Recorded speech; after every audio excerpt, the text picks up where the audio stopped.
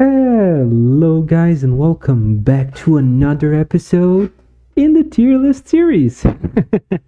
This is actually the first episode in the tier list series. We're going to be covering the melee weapons.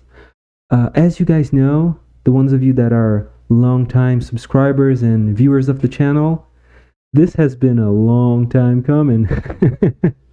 We were waiting for the Endless New update to release, and I was hoping it would change things up enough to make all the tier lists before it kind of obsolete. So I was waiting for the update to be released. As you guys know, the update finally released, the final Dead Cells update. The end is near, which, by the way, there's a video on the channel for it. But yeah, this is not the focus of the run today. We're going to be putting every single melee weapon in a tier list from S all the way to F. I've skipped E tier because, I don't know, too many tiers. S is already like a bit of a stretch, but we have S, A, B, C, D, and F tier. I would just like to make some comments at the beginning here, some guidelines that we're going to be using. But the first thing is that I want to point out that mine and pretty much every tier list that you see on YouTube or anywhere is subjective. It is the point of view of the person that made the tier list, and they might follow different criteria than the ones that I'm going to follow here. They might be stricter, or they might just not even have tiers in a sense of the word, like S, A, B, C. They might have like how often they use the item, which is what Disappointed Giant did on his tier list, which, by the way, is amazing. Check it out. But yeah, the way that I feel like I can add to this tier list perspective is that we're going to be showcasing a little bit of gameplay from every weapon, and I'd like to do a shameless plug of my own content, but I feel like it's fine when it's a video on my channel. But we're going to be putting those every single weapon in a tier list. We're going to have timestamps down below so you can look for specific weapons as well. And I'm going to try to show a little bit of gameplay with every weapon that we talk about, like in the background. And the gameplay is from my channel because, as you guys know, I have showcased every single weapon in the game at least once. Most of them, I have used them multiple times. So if there's a weapon that you don't agree with my ranking off, like for example, if I put Trident here and you don't agree with it, you can tell me about it in the comments, by the way. I welcome every single one of you guys' comment, being like agreeing or disagreeing with me. I actually am really looking forward to you guys' like comments on whether or not you think I misplaced something for any particular reason. But if at the end of the video, or when I get to a weapon that you're particularly fond of, and you're like, dude, I feel like you misrepresented the weapon, I might have, so leave a comment about that. But if you want to see where I'm coming from, for example, if you think I misranked Trident, you can go here on the channel that you're watching the video right now, and you can look for the weapon that you want to correct me about the placement. And there's probably going to be 2 or at least 1 video of me showcasing said weapon. And it's a full run on 5BC with custom mode enabled, but it has 20 items unlocked, so it's custom mode, but you can still get achievements and stuff, and I feel like it's really close to a normal run. So I feel like I have a pretty decent idea of most, if not all, of the weapons in the game. We're also going to touch on the new weapons that were added, the cursed weapons, but that's going to be for the end of the video. As always, timestamps down below in the description so you can jump around, check out stuff that you like and stuff. We are going to be doing a video for all the melee weapons, and we're going to find out if I've missed one, but then we're going to go for ranged, skills, shields, mutations, and maybe aspects, but today is all about melee, and I'm gonna pause a lot on OBS here to set up the next video for the next weapon and just write down the timestamps correctly. But yeah, I feel like I've explained enough. My criteria is going to be, once again, my experience with the weapon, the time that I used it for the video that I recorded, or with me playing in general, because I don't record every run. But yeah, this is it. I hope you guys enjoyed the video, and let's just start this thing. And for the first weapon, we have the Hayabusa Boots. They are one of the feat weapons in the game. They are a melee weapon that deals area of effect damage on the final hit. As you guys can see, this is a run that I did on Season 1. It is a really powerful weapon. Although I think the effect it has isn't as good as some other sources of concussive blasts in the way that the Hayabusa Gauntlets do. I feel like they are usually not that useful. Like, I feel like you're just like probably killing mobs in the first or second hits, and then the third hit you usually have to purposefully go for it, like in order to deflect bombs from bombers, or stuff that you find use for. But it is very, very high damage once you get the right synergies on it. It is a decent weapon. It is nothing crazy compared to the stuff that we're going to see later on the list here. But yeah, it is a decent weapon. I use it mostly when I don't have better stuff, like stuff that's going to be above here. But yeah, I can confidently place it on C tier because I feel like it's nothing crazy, really. Damage, the reference is nice, unfortunately it doesn't synergize with Hayabusa Gauntlets, which we're going to get to in a bit. But yeah, the reflection of grenades and projectiles and stuff, not projectiles, sorry, just grenades, it just reflects grenades. It's good. I think it's good. The deflected grenade doesn't have any extra damage capabilities like you get from parry shield, or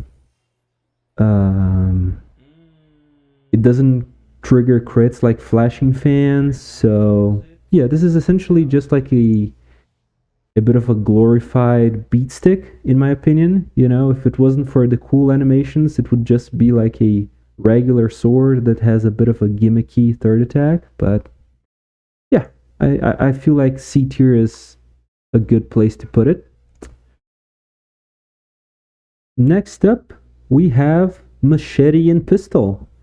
One of the more underrated weapons, in my opinion, at least, because I feel like people often qualify it on the same way that I just talked about Hayabusa Boots, as just a glorified beat stick, something that has a third hit that's like special, but doesn't doesn't deliver as much as it should. But I actually kind of disagree. I think this is actually an amazing weapon. Unfortunately, there are a few things about it that I dislike. The fact that it is a dual scaling weapon, that it scales with brutality and tactics, makes you think that, it's going to have some sort of synergy with both playstyles, or at least both set of mutations. And you might think that the third hit, the pistol shot, is actually. Sorry, guys. Yeah, I'm back. It makes no sense to talk about the weapon without showing gameplay. But yeah, you might think that the third hit of the weapon, the actual pistol shot, would count as a ranged attack and would give you bonuses if you use point blank. Maybe tranquility, even if you could stretch that out. But unfortunately, that is not the case. This footage that you're seeing right now is from season 2 of Showcases, and I have 2 videos with this weapon on the channel. One of them was using it on brutality, and this one is the more recent one where I use it on tactics. And as you can see, yeah, we do have 14 scrolls, which is about right at this point. I think in this video I also skipped Corrupted Prison, so we had one less scroll. But we did decent damage. I was also trying to rock a few different mutations. You could use this with support, since you're gonna have to stay close to the enemies. You might as well have the turrets stay close to you and the enemies as well. And yeah, despite the fact that it is not that good, the damage is, as you can see, we're not one-shotting enemies, which is usually what you get after the first boss. You're just one-shotting enemies left and right. But with this, you might need some help. If you're playing this with brutality, I'd recommend using Predator, because although you cannot get the bonus from point blank with the third shot, all hits of this weapon are melee hits. So you can use Predator, you can use melee, you can use open wounds, you can use combo, and the third hit is gonna increase the combo meter. It's decent like that, and with the right gameplay style and the right mindset, you can use this pretty decently. So yeah, I do feel like this weapon is a bit underrated, and maybe I would like to place it on B tier. Yeah, that's it. And for our next weapon, we have the Oven Axe. The Oven Axe is one of my favorite weapons in the game. And that's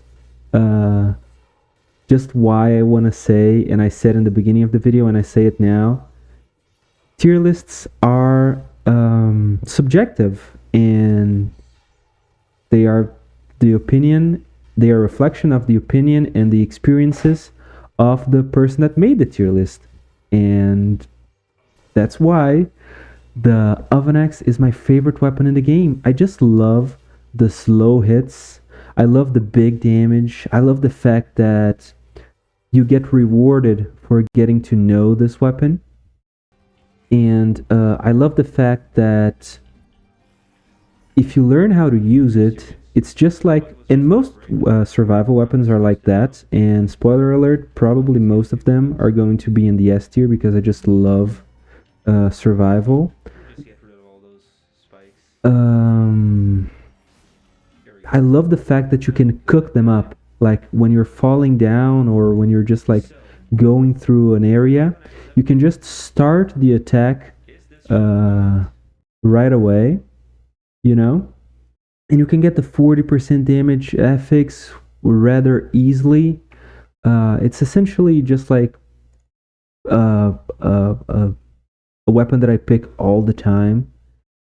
And you guys know how it works. There are a couple of slow winding attacks that you do, and after you get the third attack off, you can continuously repeat the final attack for a higher damage because you're constantly getting crits, but it is difficult to keep the pace. And usually you don't need to because enemies will be dead in the first or second hits. And you usually just get that when you're killing multiple enemies going through the areas. But yeah, I just love the Oven Axe. It's one of my favorite weapons in the game. And this is footage from it. And I would like to place it, there we go, in the S tier. This is the first of the S tiers that we're going to have. And it's the Oven Axe because I just freaking love it. Next up, we have the Meat Skewer. A really, really old weapon. When was it introduced in the game? Oh yeah, 0.3. It's a weapon that has a lot of history. Its attack patterns were changed. But today, it's one of the most powerful weapons on Brutality. It's a must pick if you're playing a normal run or if you just want to have a decent time beating the game. It is really powerful. The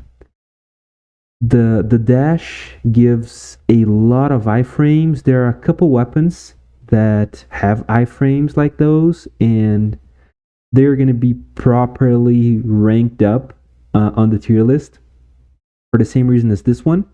So the damage is insane. It's really good. The crit condition is easy to achieve, which is always good for weapons.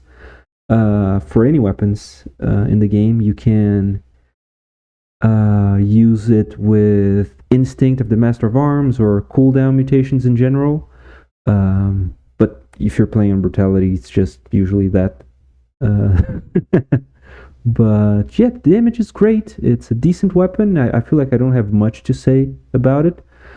And yeah, decent weapon. We're going to be placing it on S tier. It's really powerful. By the way, this is not a further ranking. I'm just putting them in here in any order. So yeah, Meat Skewer, S tier. Next up, we have Seismic Strike, which is a weapon that I have quite a lot of experience with on the channel, mainly because I've used this a lot.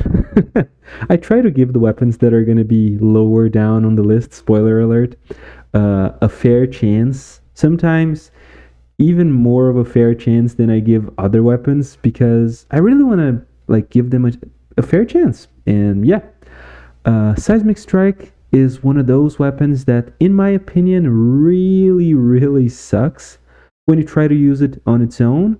This right here is footage from the first showcase that I did, all the way back in season 1 of showcases.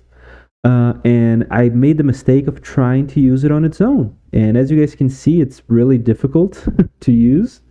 Although we are quite over-scrolled for this boss fight, it took a while. But then I learned to use it on a more supporting role. And this is what you guys are going to see here. This is the Seismic Strike with Shark, which made it quite useful as an enabler for Root. And yeah, using Seismic Strike is a good way of getting enemies grooted. However, there are much, much better options, in my opinion. And they deserve a higher spot on the list. And therefore, this one deserves a really low spot, in my opinion. I'm not sure if the F tier category is going to be really populated, But if I had to put an item on it, it would probably be Seismic Strike.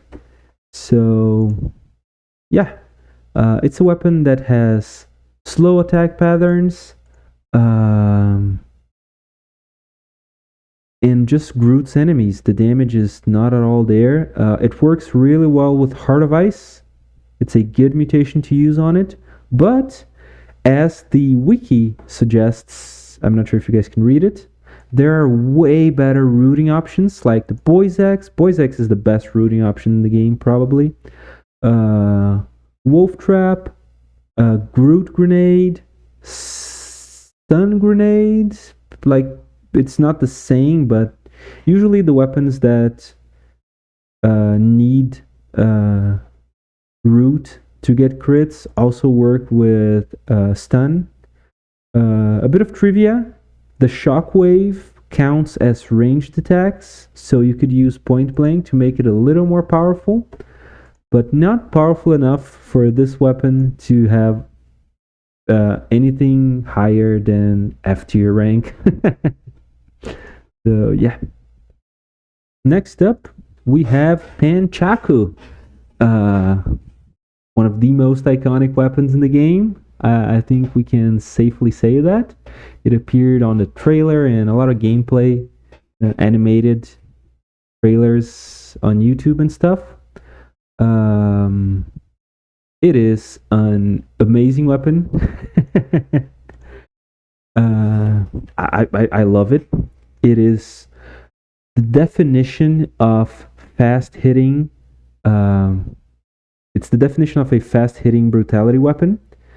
This is footage from before the combo rework, so we're not going to be using that, but yeah, so it's an amazing weapon.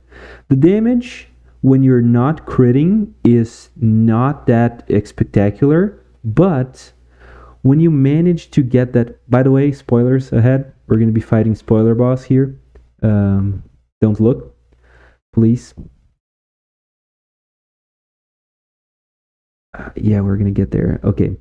Yeah, this weapon is really powerful. Even when you're not getting the crits, if you can get that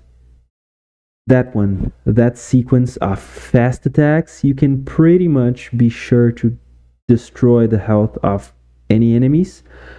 Fast hitting weapons have the benefit of not being as affected by the boss health cap that there is, because you can just do really fast attacks all the time, and with a brutality weapon you can take advantage of I cheesed the hell out of that fight. You can take a lot of advantage of brutality mutations, that those being the 3 that I'm using right here. Open wounds, sorry for the internet connection, guys, it's really tough. Open wounds, combo, and melee. You could even use frostbite if you wanted to take advantage of the damage that you're getting from melee. And yeah, it's an amazing weapon, and it deserves its place on A tier. Next up, the Gold Digger. And what can I say about it? It is literally, guys, I mean it, my favorite survival weapon in the game, and one of my favorite weapons overall. This is probably the weapon that I have used the most on camera. Maybe Peroglyphs rival that, but definitely the melee weapon that I've used the most. It's an amazing weapon. The crit condition is so easy to achieve. You can get 12,000 gold usually. Oh, just a second, guys. I'm going to have to pause. Beatrice is calling. You guys know how it is. I'm sorry, guys. Beatrice is on the way. We're celebrating because I got a 9.2 on a Bayesian statistics test, which is the hardest subject in the entire bachelor's degree in statistics, and it's a 9 out of 10 essentially. So yeah, we have to celebrate. But I just want to say, Gold Digger, my favorite weapon in the game. Yes, I just freaking love it. I owe my first ever video on the channel to this weapon. It's really one of my favorites. It's fast. It's got hard hitting crits. It's easy to get the crits. We're not necessarily looking into crits in here when we talk about those weapons, but the not crits, sorry, legendary effects. We're not looking at them specifically. We might do a tier list for legendary effects as well, but unrelated to that, the Gold Digger is one of my favorite weapons in the game. And it deserves an easy S ranking. And yeah, let's go to the next one. No, no, Pedro, no.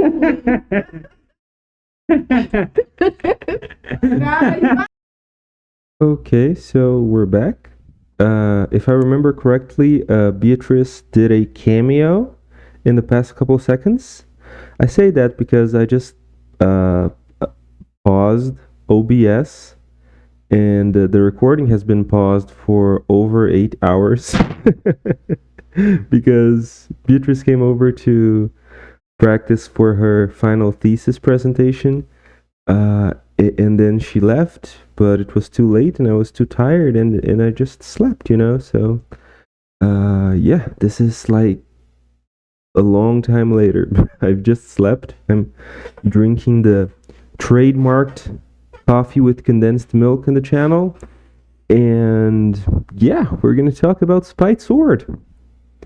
So Spite Sword crits after, I think it's 8 seconds.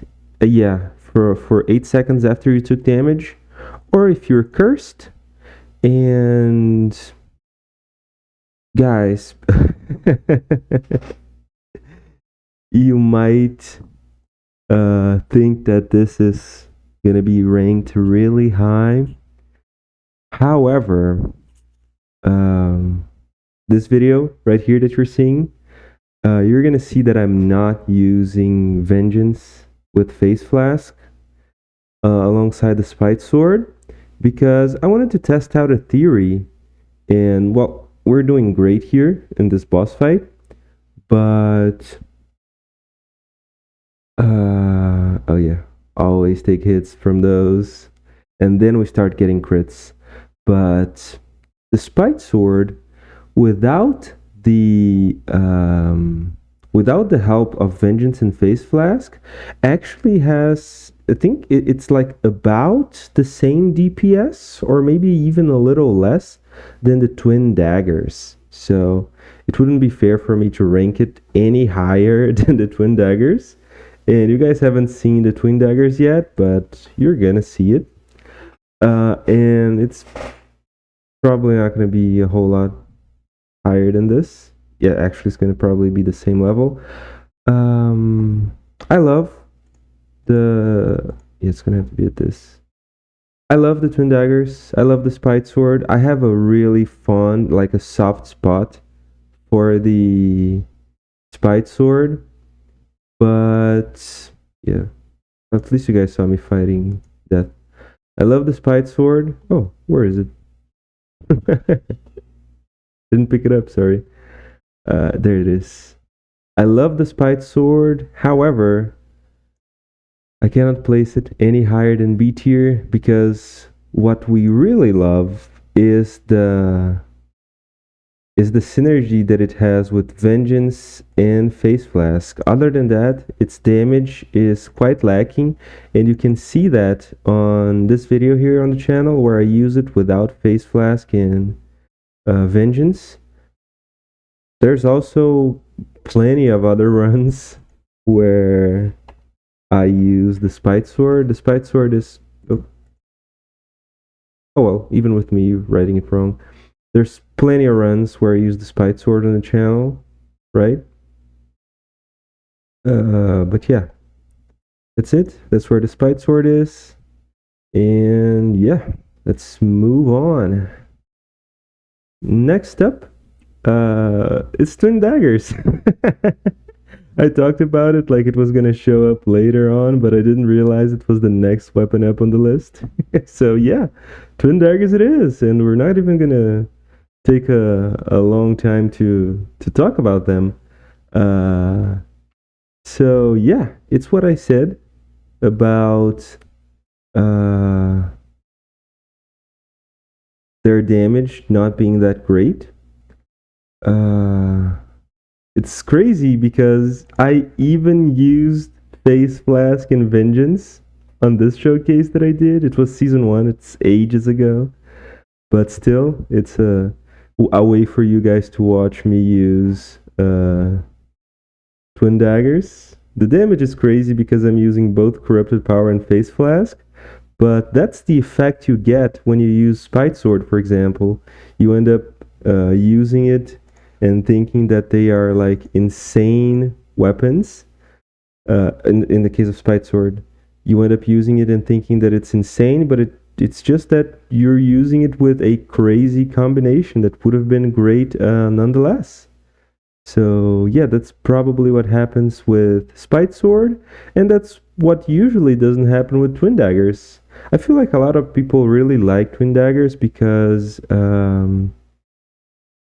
they also like probably owe their first 5 BC, their first 0 BC run to the Twin Sword because it's such an easy weapon to use, and it's one of the first like higher damage weapons that you get. So a lot of people have like fond memories of the Twin Daggers, but in my opinion, they are not that great. So yeah, we're gonna place the Twin Daggers. Dude, I gotta remember to place them up here so I don't need to search for them. We're gonna place the Twin Daggers on B tier right alongside Spite Sword. Next up, boys, we have the Toothpick. One of my favorite, if not my favorite survival weapon. Oh no, I just said that about Gold Digger, right? I feel like sometimes I use a lot of euphemisms. Is that the word? I feel like sometimes I exaggerate a bit, but slow survival weapons are my favorite, and Toothpick is one of them. I just love Toothpick with a burning passion. Same reason that I love the Oven Axe for. I might actually love the Toothpick a bit more. I'm gonna rank them equally, but I don't know. I think the Oven Axe has like the only problem that the Oven Axe has is that sometimes when you're critting, like when you're doing the last hit, and that's way too apparent on the legendary version. Like you move a lot, and with the Toothpick, you don't. You just continuously hit them. And another thing that you can clearly see by this amazing gameplay footage is that it stuns enemies like really easily. And yes, and on this footage we're using double turrets. But still, right? It's a pretty decent weapon. It's one of the weapons that I use the most, that I have used most on camera on the channel. I think I've made a Toothpick only video, so if you're interested on seeing why I like such a slow, dumb weapon, you might be interested in watching all the videos that there are of me using it. I think I've actually used it quite recently with War Javelin on a video that was suggested, a video idea that was suggested by a fellow Dead Cells YouTuber, very active guy in the community. But yeah, I talked about the weapon faster than the boss fight went, but you guys just saw me getting hit. If you want to see how this video went, check out this. Right now, we're just placing Toothpick on the S tier and moving on. Next up, we have the Torch. A very, very old weapon as well. We're gonna go to the wiki and check out when it was introduced. There's also a bit of trivia information that I didn't know about when I used the torch, and I've used the torch plenty of times.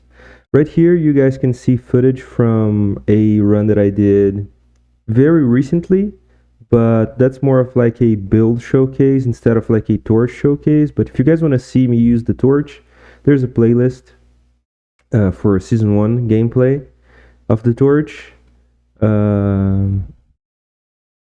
This is the wiki. It says that the torch's damage, the damage over time stacks,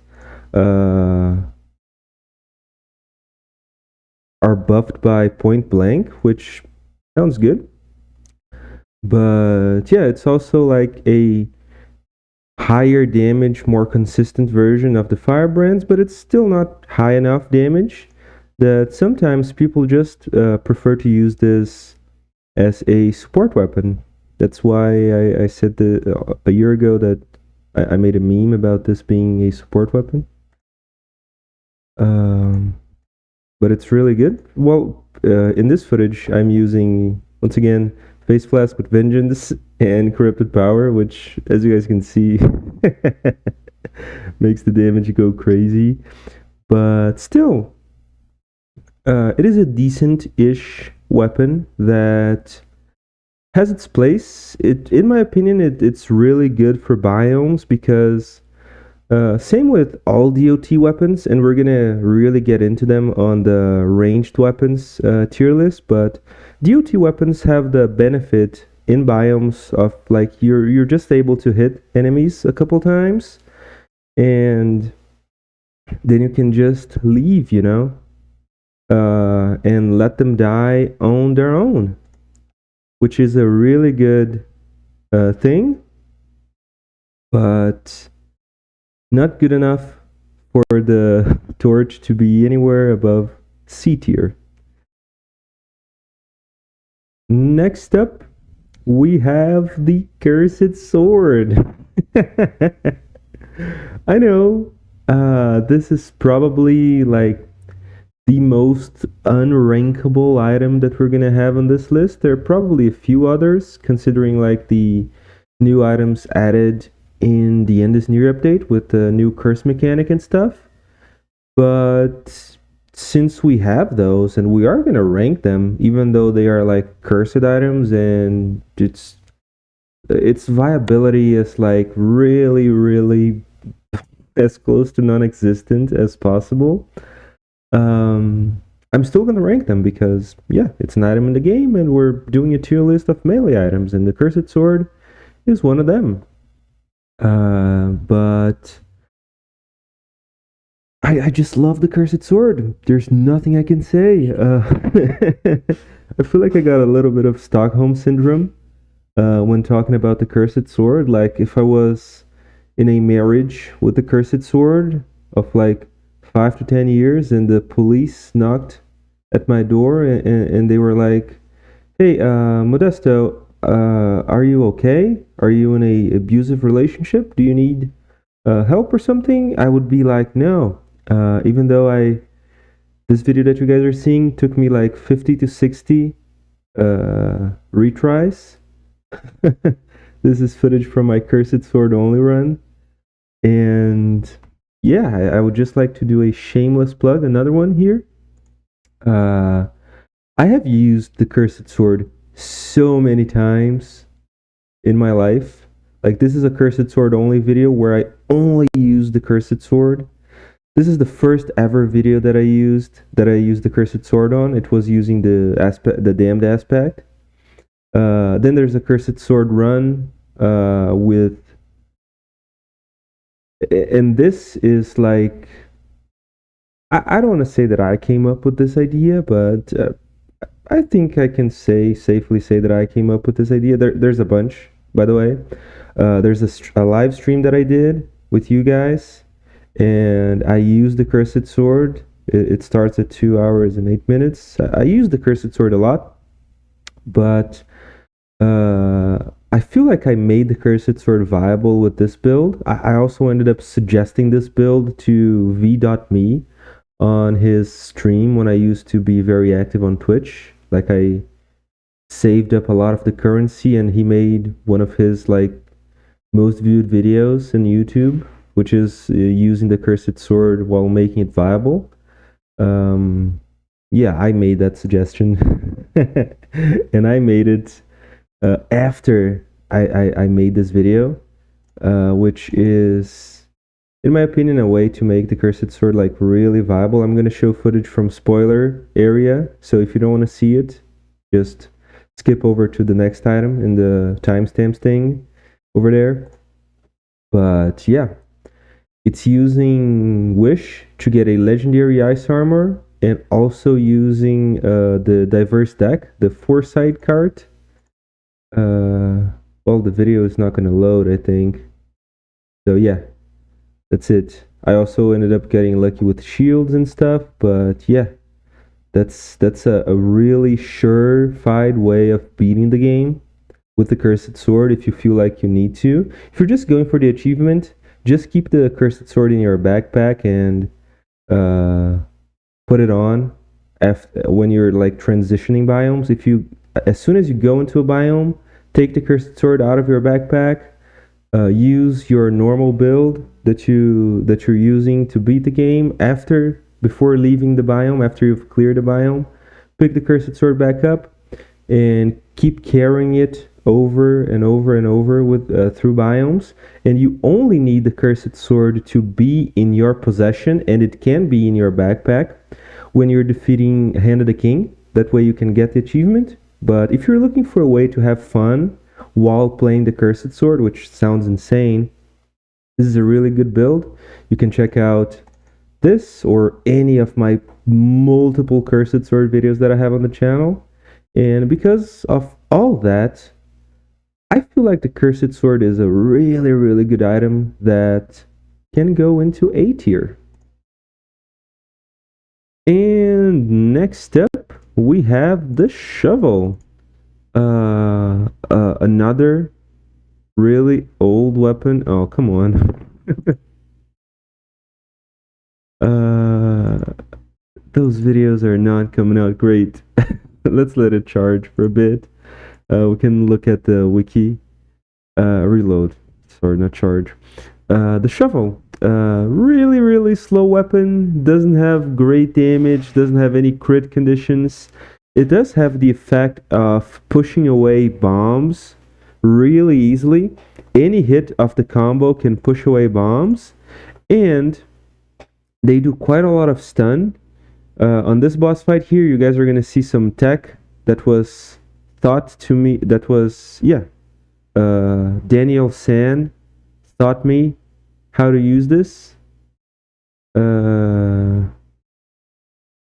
You just use the shovel to stun lock Mamatic, and that's a good point towards the shovel, as you can see. If you attack fast enough, you can just stun lock Mamatic, and yeah, it's a point towards the shovel. It also gets a customizable sprite, a customized weapon icon when you're using it with the Shovel Knight outfit. But yeah, it's a pretty decent weapon. I like the shovel, but it's not one of my favorite slower weapons. If you guys want to see me use this on survival, there's a showcase for season 1. This is season 2 where I use it on brutality. Excuse me, had to sneeze. But yeah, not all that great, but still, you can place it on D tier or C tier. I feel like people are not particularly passionate about the shovel, so I don't think anyone is going to complain that it's on D tier. But it's a decent weapon. All the weapons are decent. You can just watch me use them on video. But yeah, that's it for the shovel. Next up, guys, we have the oiled sword. Sorry. A very simple yet very, very effective weapon because of one funny thing that it has. The oiled sword can easily roll the affix 100% extra damage on targets covered in burning oil, and it's so easy to get that. The oiled sword has a pretty simple combo, as you can see by the fight there. And it spreads oil onto the enemies. And I think you can also just like spread oil on the ground just by swinging it, even if you're not hitting anything, but I'm not sure about that. Oh yeah, this fight is a little laggy. But it's a showcase that I did on season 1. And since it's so easy to get that affix of 100% extra damage on burning targets, it's really easy to just get a free double damage. Let's just finish the boss fight. Oh yeah, that was a tough one. Do I get a flawless in this? Even with all this lag? Oh damn. Oh yeah, that was probably a butt clenching moment for me. But yeah, if you guys want to watch this video, this one. But yeah, the oiled sword, that's the damage, and you can easily double that because, as I said, it's very easy and it's a 10-second duration. It's a really long crit window.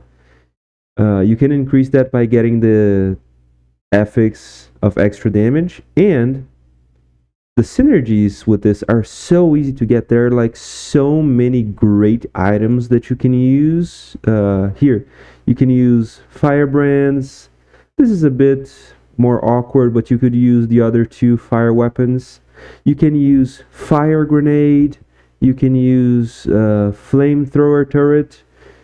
In the video, I used phase flask that was doing burn. It's so easy to get burned in this game. You can use a shield that has burn enemies when parry.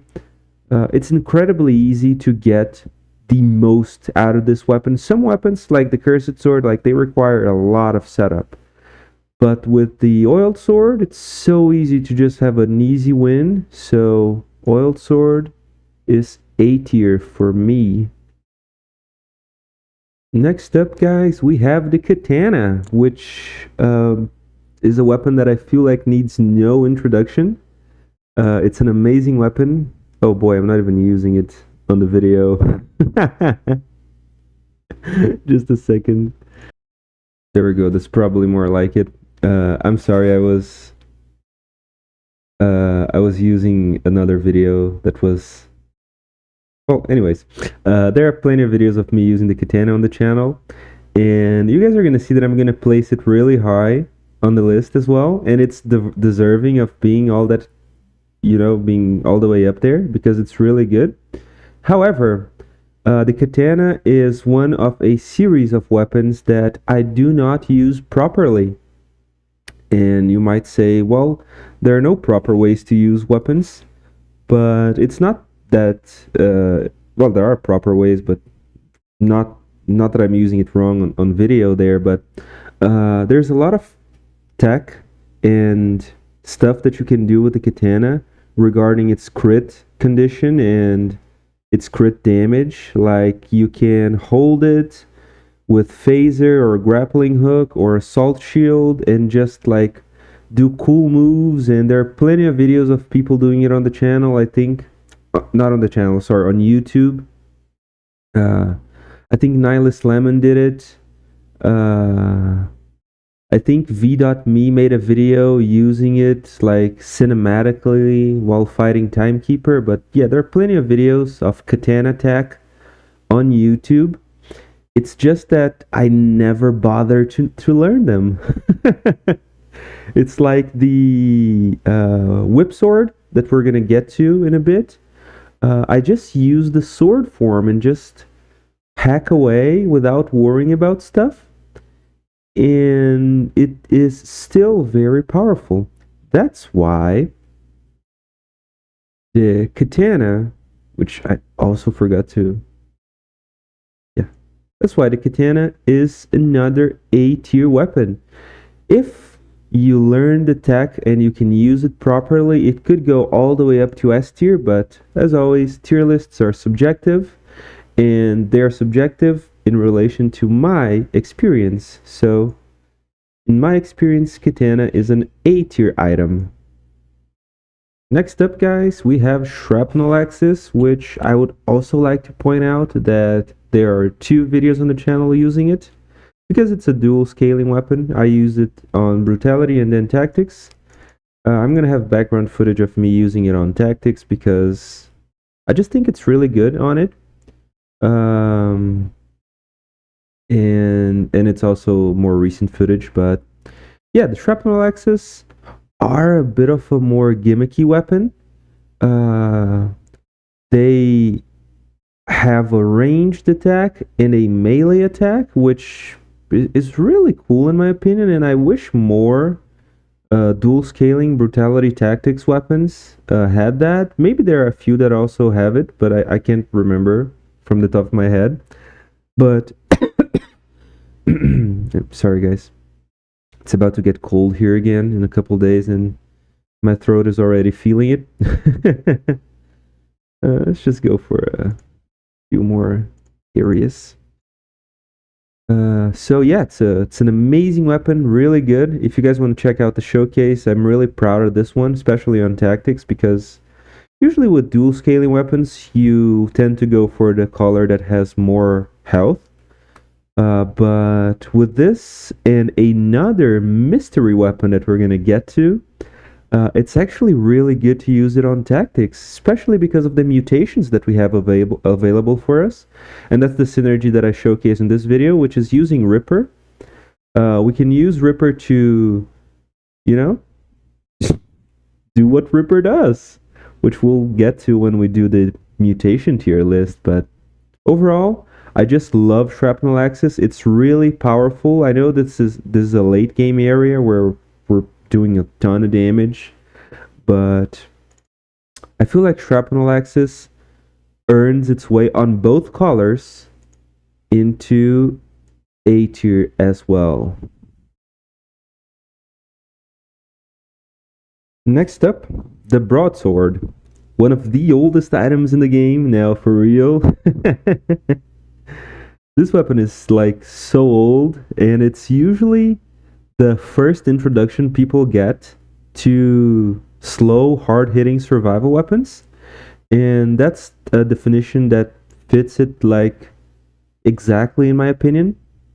The Broadsword is really slow, and it has been changed a lot throughout the years.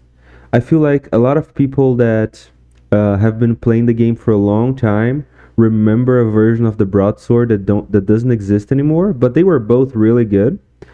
And today, the Broadsword is amazing. As you can see, we easily flawless the boss here. With it, I really enjoy Broadsword. I do feel like it's not a weapon that's like fully committed to being survival. So it is slow, but it's not that slow, and the damage is big, but it's not huge, you know. So I do have a bias towards survival weapons, a very clear bias that you can tell here. The only shovel, but yeah. I still really like Broadsword. Not enough to place it on S tier, but I do feel like Broadsword is an A tier weapon. The damage is lacking a bit, but my bias towards survival weapons and the fact that you can...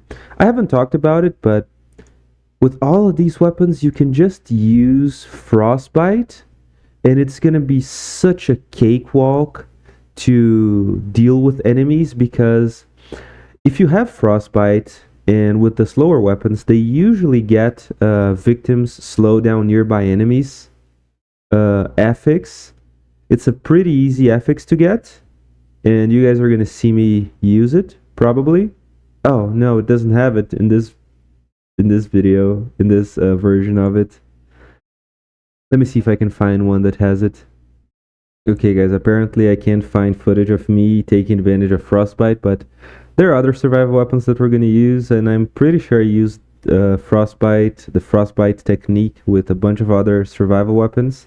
I think I even use it with Ferryman's Lantern, so we're going to talk more about it, but the general idea is that you use Frostbite with weapons that can easily get the affix that slow down nearby enemies so that they start taking damage and they are going to aggro onto you. And the benefit of them aggroing onto you on 5 BC is that they're going to come to you. So you don't have to actually come to the enemy and position yourself properly because they're just teleporting or flying or just jumping your way to you. So you can just stand still and prepare your attack while the enemy rushes at you. And this is such an amazing thing with all survival weapons. And Broadsword is definitely one of those. So, yeah, let's move on to the next one. Next up, Swift Sword. A real shame of a weapon because I love the Swift Sword, guys. It's one of my favorite weapons in the game for biomes. It's just so easy to use, so incredibly satisfying. The crit, the fact that you're going fast, also like really makes me happy to play with it. It's a fast weapon. It rewards aggressive play styles. It rewards you for being, aggressive. And I really wish there were easier ways, especially after the 3.5 update.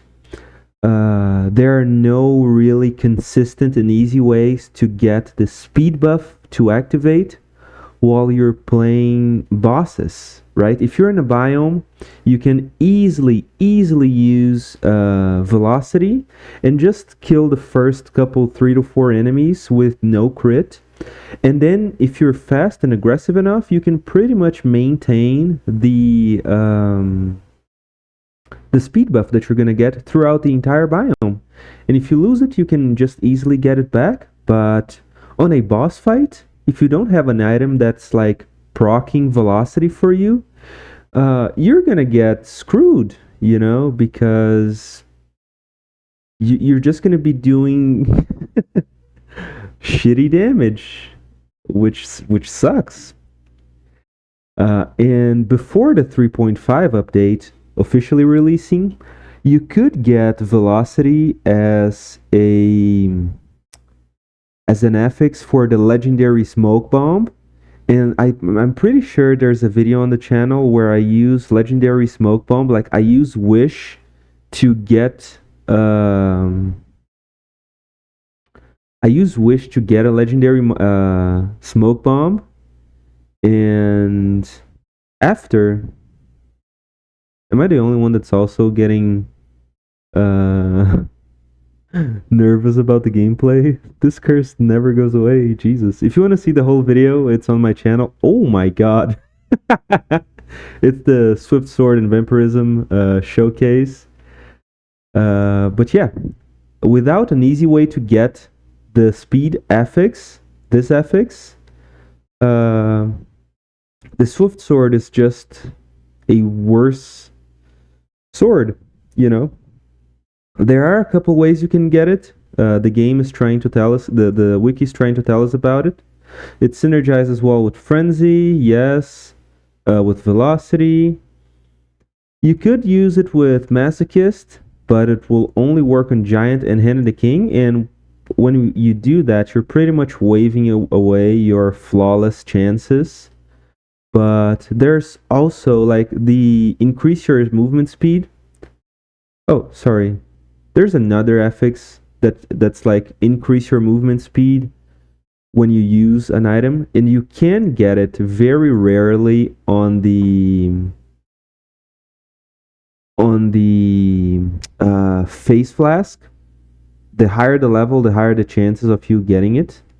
You can also get it on probably one or two more items. It used to be that you could get it on Tonic, so using Tonic off color was a great way of enabling Swift Sword in boss fights, but I think they either removed or patched it.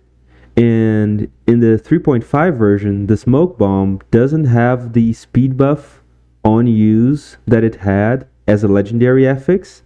Now it has increased timer reset. You know, every time you kill an enemy while Smoke Bomb is active, the invisibility triggers again, which is decent for the Smoke Bomb, but sucks for using it with Swift Sword. So I love the Swift Sword way too much. Unfortunately, because of all the things that I said, I can't put it any higher than B tier, but it's a very dear weapon to me, and I would place it higher if velocity affixes were easier to come across. So, yeah, if this weapon was more viable on bosses, it would probably be on S tier, but it is what it is. The Flawless is our next weapon in the tier list, and it is another one of the survival slash brutality scaling weapons that, just like the shovel, I don't really like. Although I feel like I have a better reason for not liking Flawless, and it's gonna come apparent at some point during the. Oh, it didn't happen this time, but yeah, I'm gonna talk about it because it happened during my collab video with Disappointed Giant, and I've seen it happen with a lot of people. I'm not sure if they talked about it, but also spoiler footage. By the way, if you don't want to see spoilers, jump to the next weapon on the tier list, because I'm gonna have background footage of me using it against spoiler boss on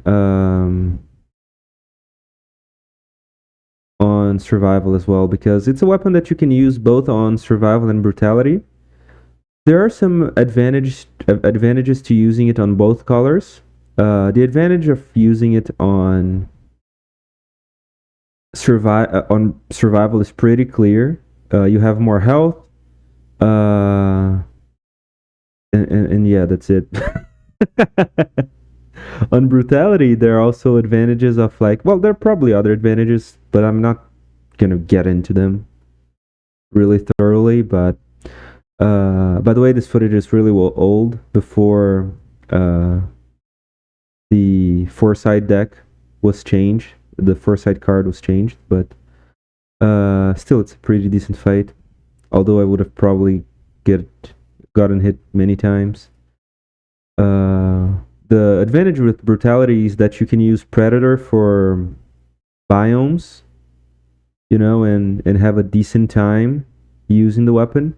But there's a really big flaw, other than the lackluster damage, considering the fact that you can't get hit if you want to get the most amount of damage with this weapon. It's like the same condition as the crit sword, as the cursed sword. You know, you can't get hit, or otherwise you're gonna get screwed. But with not the damage payoff, because the damage is quite low on both colors, I feel like it's really slow, and you can't even use Flawless with Vengeance and Face Flask, because they're gonna cancel each other out, unfortunately. And the game also freezes when you get hit while using it. If you're doing, like, it's probably something to do with the coding in the game. Like, for the Flawless to crit, you need to not get hit.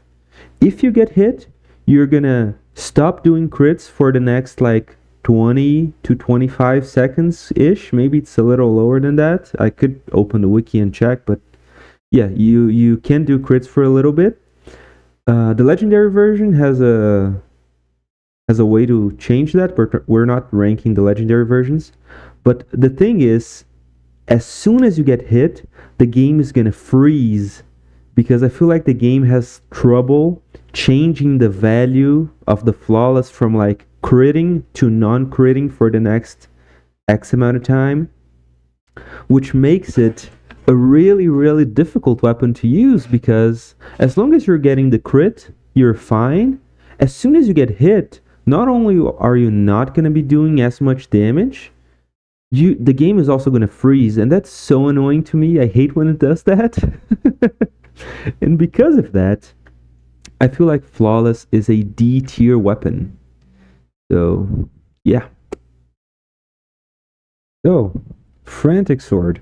Another one that I have plenty of videos on the channel of. I even have, there are not a whole lot of weapons that I do this for, using it only. I have a couple, and Frantic Sword is one of them. That's a run where I only used the Frantic Sword, ended up getting a legendary, which we're going to talk about, but yeah, there are plenty of Frantic Sword runs in the channel. There's the original one that I did. There's a more recent one. Not sure if there are any more, but yeah. I use the Frantic Sword quite a lot, but it's one of the weapons that I don't think are so good. I think we like it a lot. I like Frantic Sword a lot, hence why I used it on its own for a video. But I feel like it's more like nostalgia speaking, and maybe I just remember using it a lot, and when things were different, the Frantic Sword was really nice, but I don't really like it anymore, unfortunately. I feel like the damage and the reach are not at all there, considering the things that you have to do to get the most optimal damage with it. And I've never used this weapon, and this is me being completely honest, because this might be why I place it so low on the tier list, and maybe I'm just bad at playing Frantic Sword, but I feel like getting 5 bars of malaise just for crits is not a feasible thing to do. Especially considering how much RNG and how much like inflated difficulty the malaise adds. And I don't mean to diss the malaise mechanic. I like it. I think it's amazing. But malaise really does its job of making you feel like you can't get the malaise higher. You know, you're always worried about malaise, and you're like, dude, I can't get this malaise bar any higher than this, because random enemies start spawning, random enemies start turning into elites. Their attacks do more damage, their attacks are faster, so you lose that edge you have from enemies that you get from experience. Like if you're an experienced player, it's really easy, you know, to use the Frantic Sword, and it's really easy to use any items in the game, you know, because you can just go for the roll and the parry, because you know their patterns. But if the malaise is really high, they're gonna attack faster. They're gonna, you know, it's gonna be a weirder experience. Sorry if this is a bit jarring. I recorded this originally in 30 FPS. Don't know why though. It's a really tough experience using Frantic Sword with the malaise, in my opinion. I'm always really worried about malaise, so I never did use it. And also, like, it goes completely against the way that I play Dead Cells, because I'm usually trying to go for a faster play style, clearing biomes fast, so that the videos don't end up being too long as well. But it's really hard to maintain a high malaise bar unless you're constantly finding cursed malaised up pieces of big food that give you 3 malaise bars for free. It's really hard to just like, yeah, let me just stand around here for 10 to 15 minutes so my malaise goes up and I can crit with the weapon. So I feel like the 50% HP criteria for crits is much more feasible. But even that is dangerous in my opinion, you know, for 5 BC. So I feel like this might be a weapon that's like not suited for 5 BC or just not suited for my playstyle in general. So saying all of that, the damage is still pretty decent. And I feel like this is a weapon that I can safely place on C tier. But as always, if you guys disagree, let me know in the comments. Giantkiller is up next, and I'm not sure if this is going to be surprising or not, but it's a weapon that I really dislike. Ever since it was introduced, I feel like this weapon was overtuned in some aspects and undertuned in the damage department. This weapon is called the Giantkiller, and just by seeing this gameplay, yes, we have 31 scrolls into brutality, which is no like small amount, and still this weapon feels like I can just from the top of my head think of like 5 or 6 other weapons that would have killed Giant way faster than that if I had that exact setup. And the Giantkiller is made to kill the giant and elites in general, and every time you're using it against elites and against bosses, I feel like I'm always thinking about other weapons that would do the job way better, even like without crits, like Panchaku and stuff. When I think that it's like overtuned is the fact that you can't backpack it. You have to always be like juggling the weapon.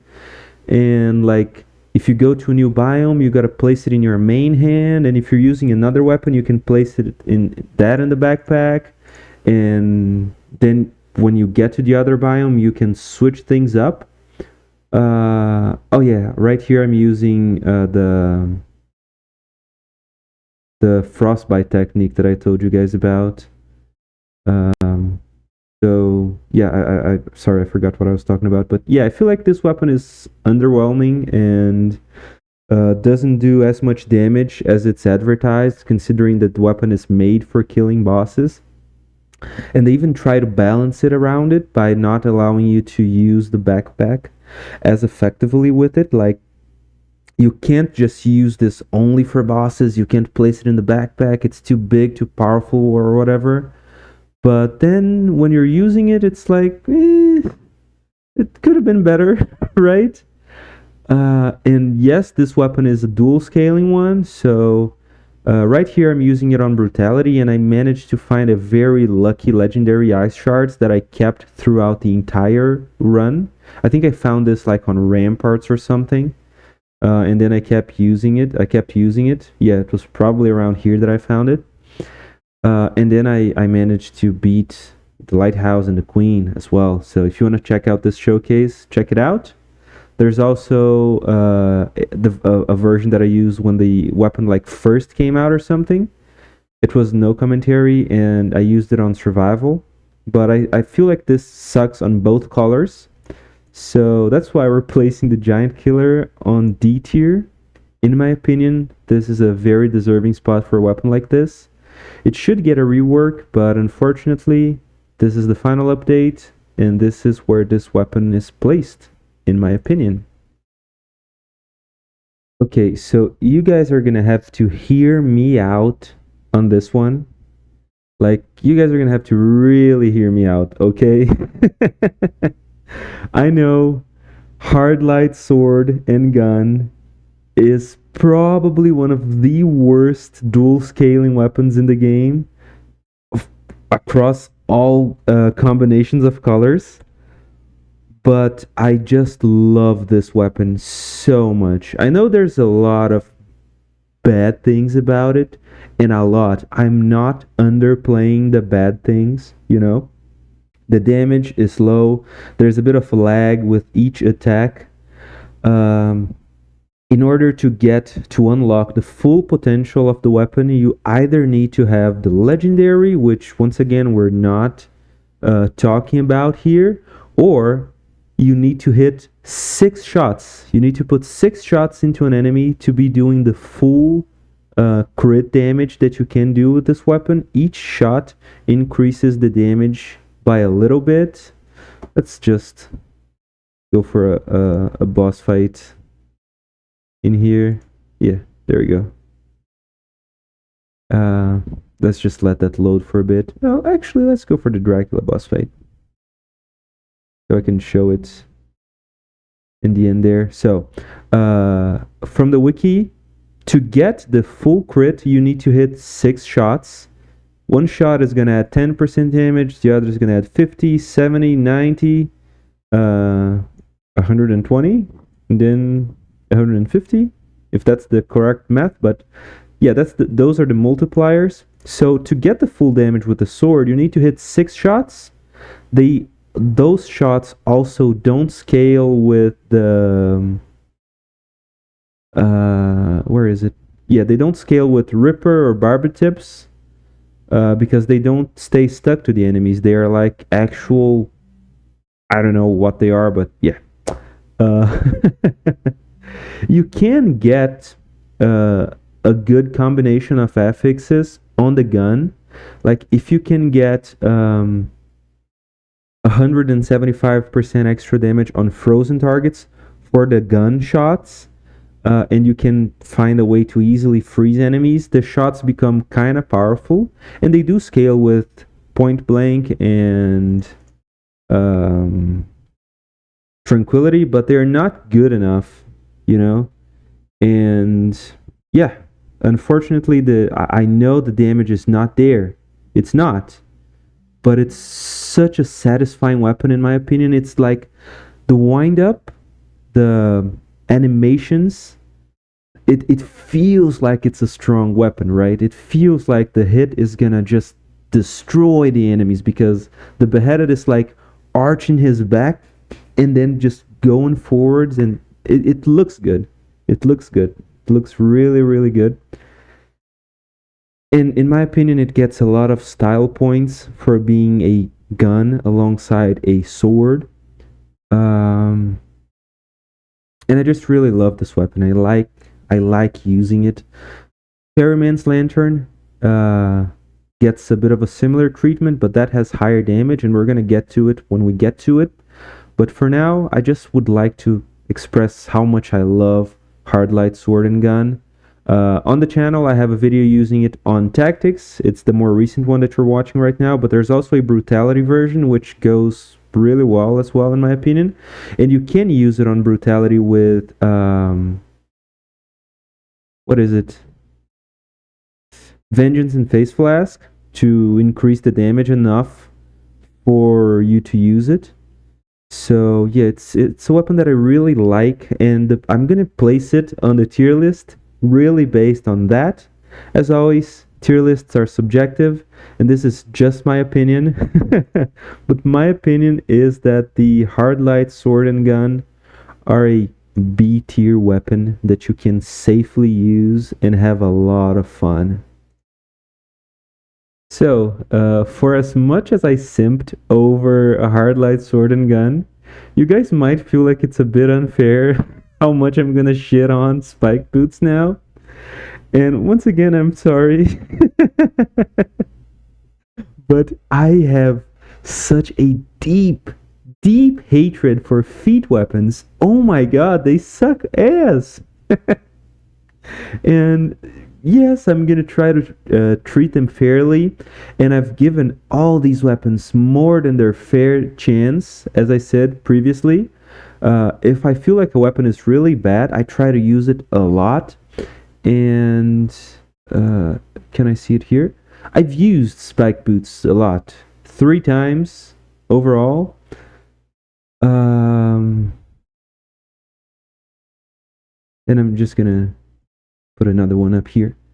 Yeah, me fighting death with it.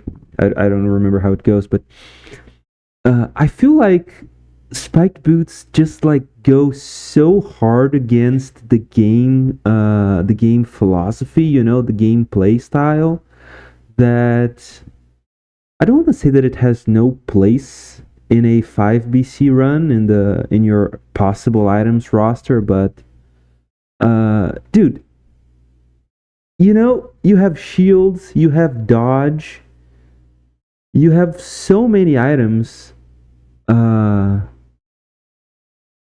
You have so many ways of avoiding damage in dead cells that, in my opinion, it's like it's something that you want to do.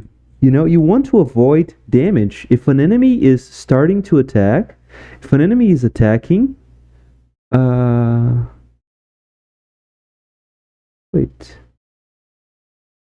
I kind of remember getting a flawless in this. No? Oh, I guess I don't. Anyways, I feel like if an enemy is attacking, you kind of want to avoid it. You know, you kind of want to parry or dodge. But to get the highest DPS out of the spike boots, you need to really commit to attacking the enemy while they're still attacking. And that does not go well with the fact that the third hit of this weapon just like moves you around. It makes you jump up. And yes, you could just like learn how to use it and learn how to play with the weapon. But I also feel like the damage is not there on top of all of this. And the fact that this weapon synergizes so well with the melee mutation by increasing the window in which you can do damage before the enemy eventually attacks you, if it doesn't die first, makes it even worse for me, because you guys know how much I hate melee. You guys are going to see it when we go over it on the tier list for mutations. So I've used this weapon a lot. There are plenty of good ways to use it. Sharkastics suggested an amazing way to use it with throwing knives, or just, I think it works with fire brands as well, by increasing the distance in which you can go up. But if I'm going up, I'd much rather it was because of using King's Scepter or Pure Nail than Spike Boots. So yeah, it can also kick bombs every once in a while, but still, after a lot of usage, I feel like this weapon does not go any higher than D tier. And yeah, moving on. So, speaking of the devil, we have the Pure Nail. Another one of the Everyone is Here. Is it Everyone is Here? Yeah. Update weapons that succeeds at being incredibly overpowered and powerful. I just love the Pure Nail. I love that the devs like actually put time into making a weapon that's different than the ones that we're used to. That was a tough one. It's another weapon that has plenty of uses on the channel. I'm gonna have this gameplay in the background, but first, there's the Pure Nail showcase that I did when it released. Pure Nail also works incredibly well with other weapons. If you use hold to attack, there's some tech that you can do. I would like to direct you guys to this video if you want to know how to use the tech, but we're mostly just analyzing the weapon, the weapon's performance on its own. That's why Seismic Strike is F tier, for example. But the Pure Nail is an S tier weapon in my opinion, very like clearly and easily. Because you can attack while you're running, and this is something that you like. I want to say that you can't do this with any other weapon in the game, but there might be one or two. I don't want to embarrass myself by not thinking about stuff, but a thing that's exclusive, to the Pure Nail, I forgot the word, is that you can pretty much attack in all directions. And once again, much like the Katana, I don't use the tech as soon as much as I should. I don't pogo enough. I don't hit enemies up enough, and there's a lot of tech with the pure nail that would make it go up to like even higher levels of performance and damage. However, I don't know how to use it, and the weapon still manages to climb its way up to S tier. In my opinion, because of the fact that you can attack while moving and that it's a weapon from Hollow Knight, and we all love Hollow Knight, don't we? So yeah, S tier, easy. Hayabusa Gauntlets are up next, and they are okay. I like the Hayabusa Gauntlets. It's another weapon that I feel like I enjoy more than the weapon actually performs. You know, I enjoy it despite its performance.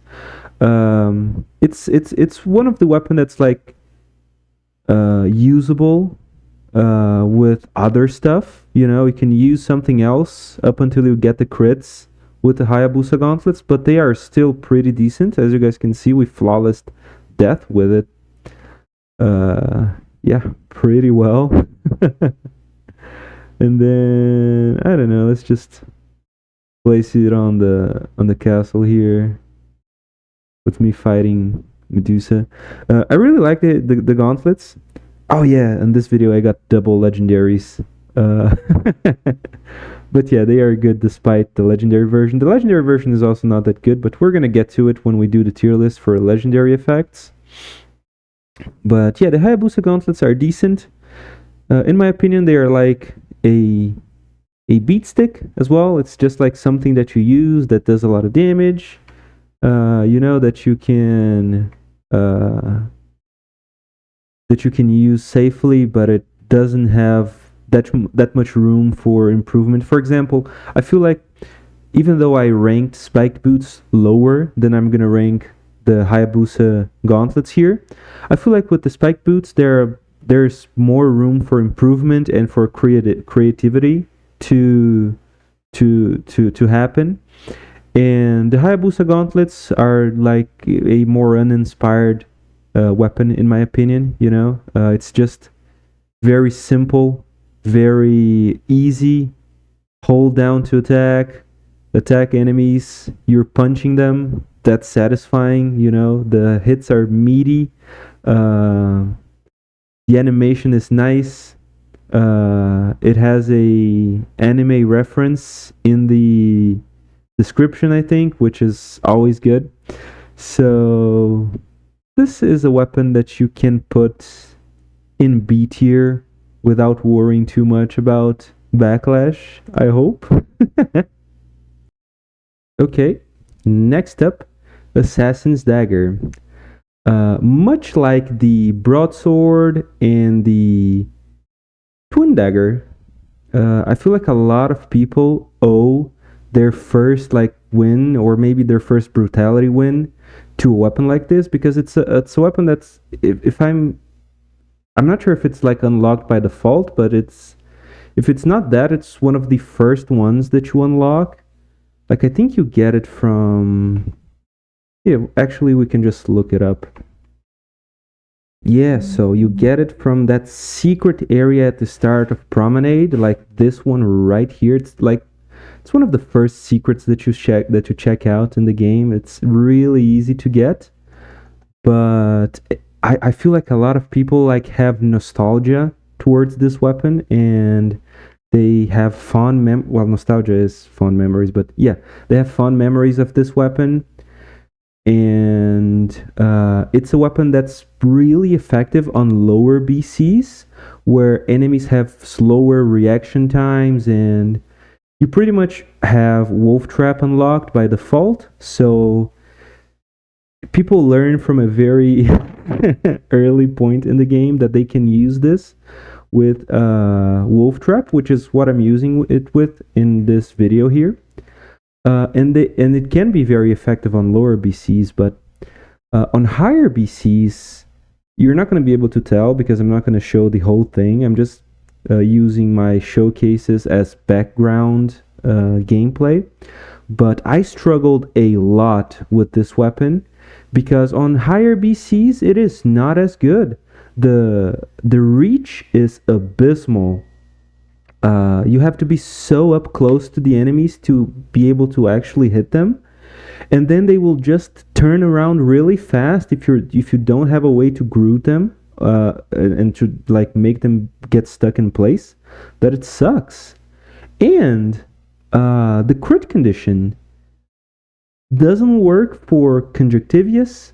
It doesn't work for Giant. Good luck trying to get consistent back shots, bag hits, hitting the back of Hand of the King, Spoiler Boss. You know, the bosses, they don't stay, they are like pretty much always facing you. And the higher the BC, the lower the chance of the enemies. At this point, I still thought you could get mimics inside doors. That's cute. But yeah, on 5BC, it's not that useful. It's not that great. There are plenty of better options with, in my opinion, better damage. For example, you could say that a mirror to this weapon, a weapon that works the opposite way to it, is the Panchaku, and just the pan in general, the Vorpan, because with this you get crits to the front, and with the Assassin's Dagger you get crits to the back, and with the pans you get crits by hitting the front. So yeah, you could say that they are like complementary weapons, but it's so much easier to get the crit condition with the Vorpan, and Panchaku just has that final hit with it, which is just insane. And I feel like Assassin's Dagger is just left into a unusable state in higher BCs. That's why Assassin's Dagger, in my opinion, is a D tier weapon. Do I even need to say anything about Tombstone other than S tier and let's move on? I don't think so, right? It is such an amazing weapon.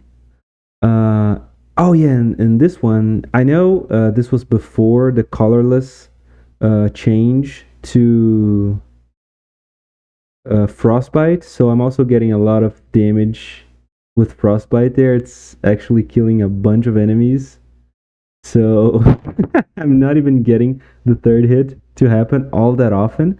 But Tombstone is such an amazing weapon, like insanely good, that I don't feel like I need to talk too much about it. I just realized that I only have one video showcasing the Tombstone specifically, or maybe it's the only one that showed up on the search that I did. But I use this weapon plenty on normal runs. You guys can check out my normal runs, which are runs on normal, where I don't use custom mode and anything can happen and a lot of items come up, which is also another reason why I'm really confident about doing this tier list, because, you know, I've used every single item in the game, specifically on showcases, and I also do a bunch of normal runs. I think I have like almost like 20 per color, so it's probably about 50 to 60 runs. There are some colors that I do less runs for, but overall I don't know why I'm talking about this on the easiest weapon to rank, but yeah, if you guys want to see me use this and brag about how much, not brag, but yap about how much fun I have with this weapon, just check out this showcase, or I don't know, probably there are other videos where I use it, normal runs and whatever, but yeah, Tombstone, easiest S tier of my life. Let's move on.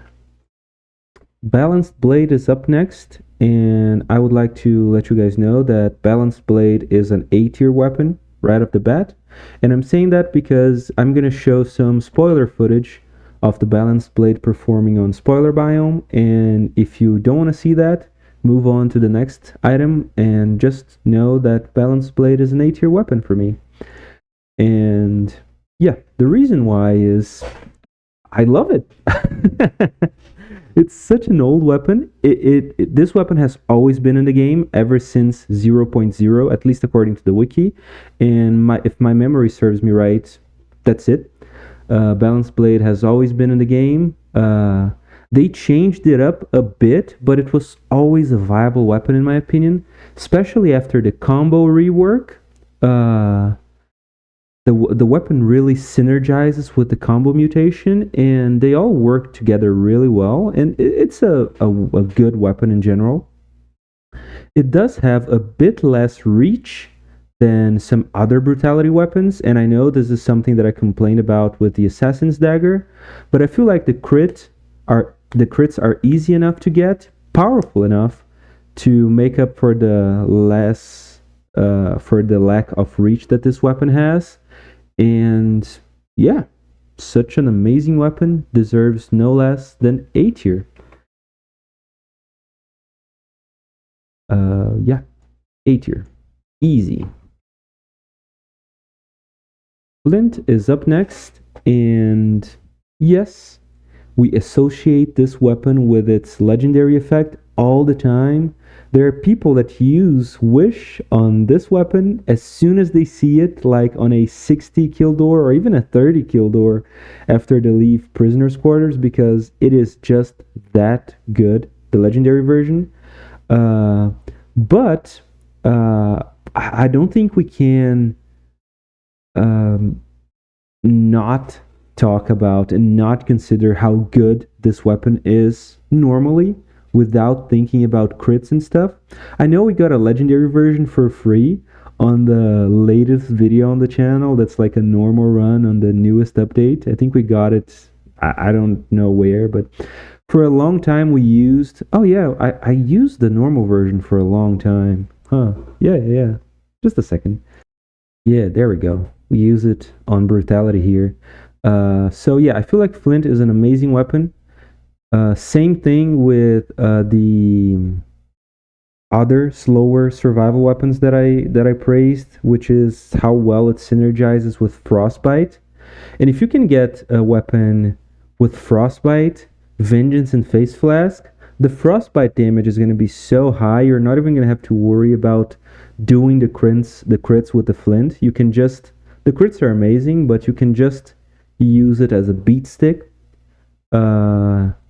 There's also a little bit of tech that you can do to like pre-charge it, and stuff. But Flint is an amazing weapon. If the legendary effect was what we normally get for the weapon, it would be S tier. It would probably be a rank above S with just like overpowered stuff. But in my opinion, even without it, and yes, you can synergize it with other weapons, and I do take that in a bit of consideration. So you can use this with Tentacle to get just an insane gameplay that's gonna make you invincible for pretty much the entirety of the charge of the Flint when you use it. But even without that, and we're gonna get to the Tentacle very soon, I think you guys might be surprised. Even without that, even with just being a Flint that you can use normally, without it being legendary or without any particularly well-tailored builds, it is still a really, really good weapon that I love to use when I have the chance. And it earns a spot in the A tier. Where is it?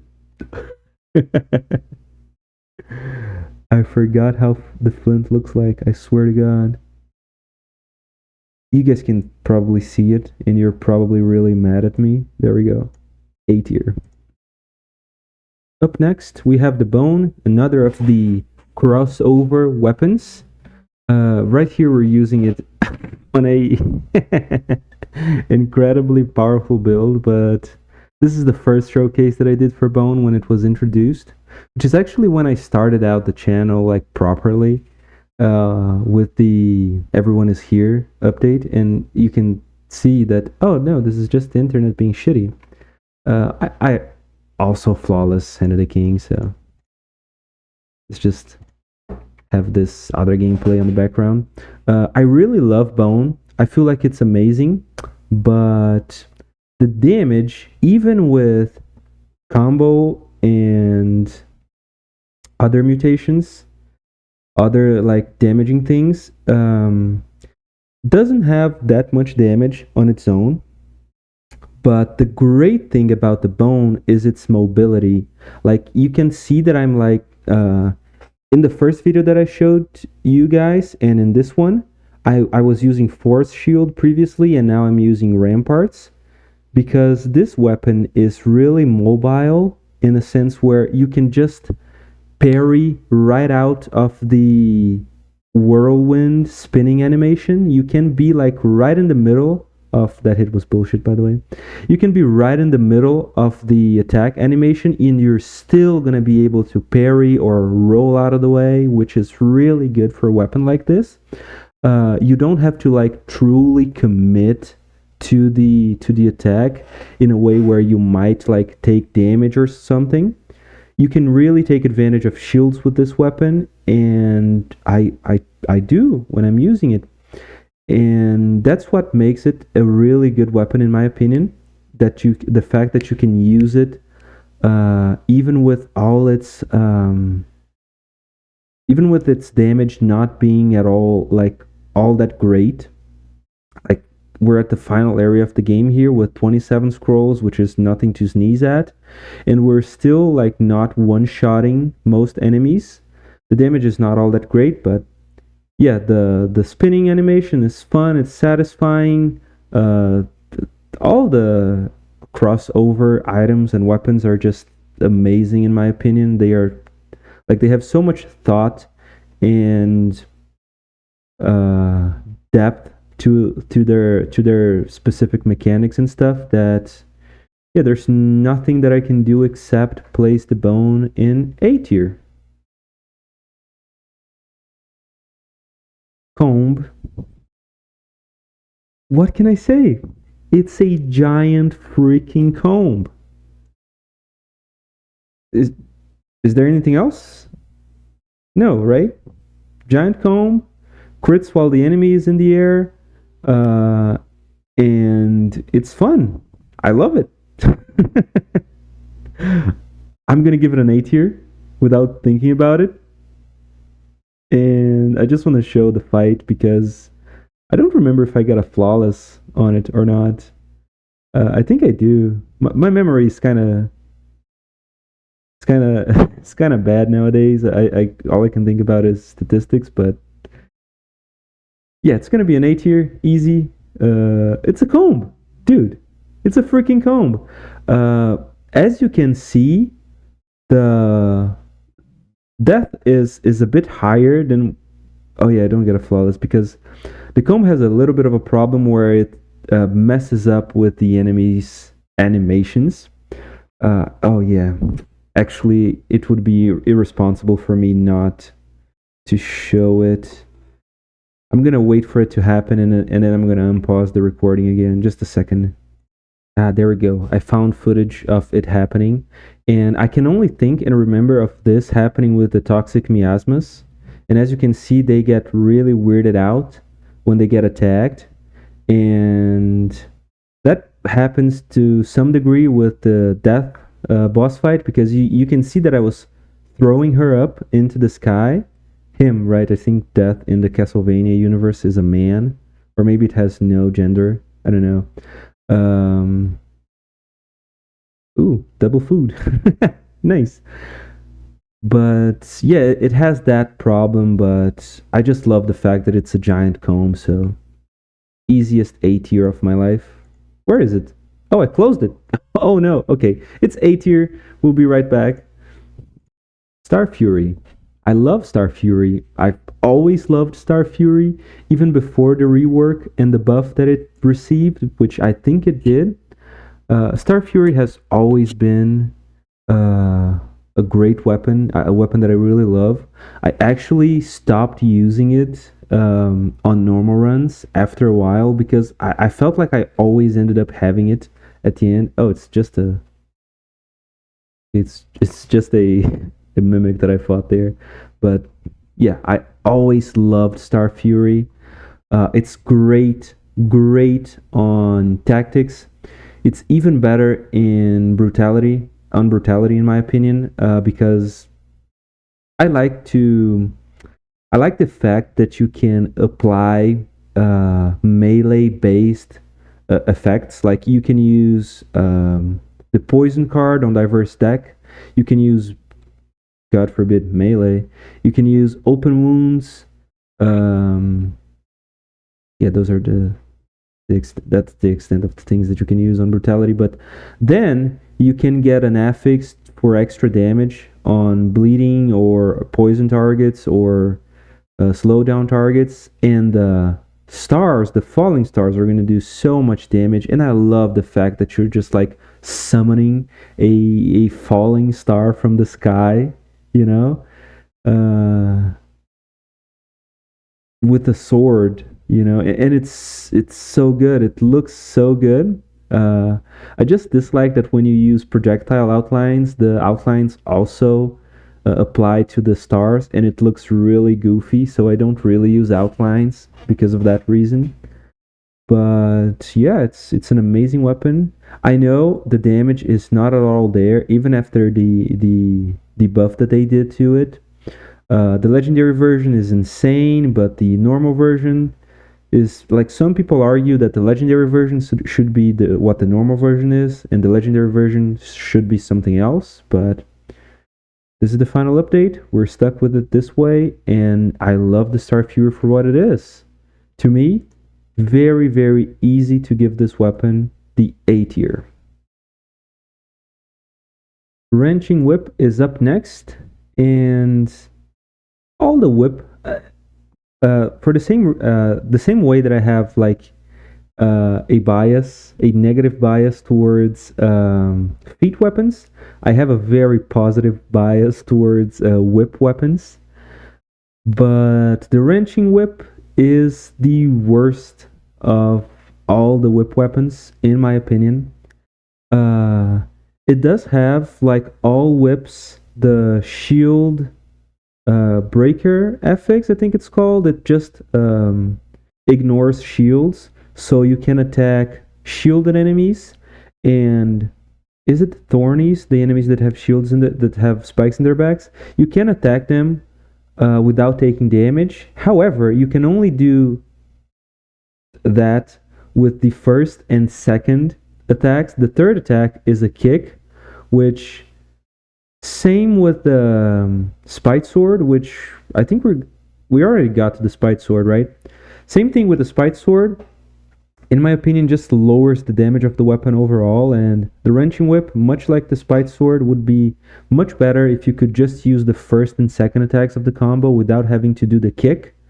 And the kick is what makes this weapon a B tier, in my opinion. It is really good.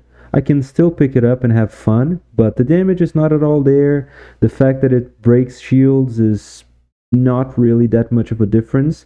And even if it was, the third attack not having that effect and actually making you like get damaged by oh my god, what is going on in the footage over there? Jesus Christ. That was one heck of a run, wasn't it? Damn. Kind of nice going back to older videos, but yeah, anyways. Wrenching Whip. B tier. C tier. Yeah, I changed my mind. But yeah, C tier. That's it. Now, for the hottest of takes in the entire tier list. I'm just gonna say right away so you guys can be outraged, and then I can try to convince you. And I might fail, but I might not as well. I love Crowbar. I'm gonna place Crowbar in A tier. And if there was a mid tier between A and S, like A plus or S minus, I would place it there. But since I'm not trying to overcomplicate the tier list or my life, Crowbar is going to be an A tier item. And you might say, what the fuck? What the hell are you thinking? It's awful. And my answer would be, no, it's not. The Crowbar crits bestial enemies, which the list of those guys, let me just wait for the curse to be relieved, and then I can move on to the wiki. So yeah, pretty good, right? So yeah, going from the wiki here, the Crowbar crits on bestial enemies, which it's actually a pretty long list. Like you can definitely go to a route where you're gonna be critting like 90 to 80%, 80 to 90% of the enemies that you face. Even with boss fights, like Mamatic is a bestiary enemy. The final form of Dracula is a bestiary enemy. And yeah, the Crowbar naturally crits on those enemies without you having to do anything. However, you also crit when you break doors, either being the emergency door, which is probably the only use of emergency door, other than just giving you affixes, but anything can give you affixes. You can also get crits by breaking doors in general. But the cool thing is that you don't need to actually break. I'm not sure if I'm going to have footage from it. I would have to look too hard, and it's probably not worth it. Well, maybe it is. Let me just finish what I'm saying, and then I'll continue. The Crowbar also crits when you hit or break doors. And it will crit for 15 seconds after destroying a door, which is so high. Like the Spite Sword will only crit for like 8 seconds after you take damage. The weapons that have crit conditions that are like based on actions and have a time and are timed usually don't have such a long crit condition. So you can get 15 seconds out of destroying an emergency door. And the emergency door has like really low cooldown. I don't remember how long it is. It's like 10 seconds. So you still have like 5 seconds to spare until you can use another door.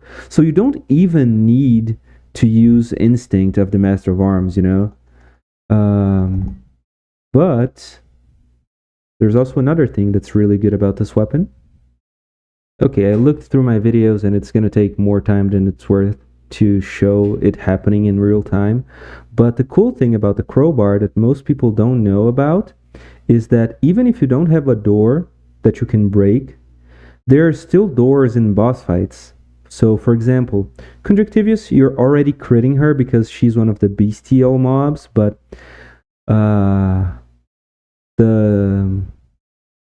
the trio that defends the queen, Cleo, Euterpe, and which one is the other one? I forgot. The lighthouse boss fight, you know, has a door. Every time you get to the arena that you're fighting them, there's a door. And if you hit that door, same thing with the clock room boss fight, with the clock tower boss fight, Timekeeper, there are doors that close and they are indestructible. But if you hit them, you get the 15-second crit for free.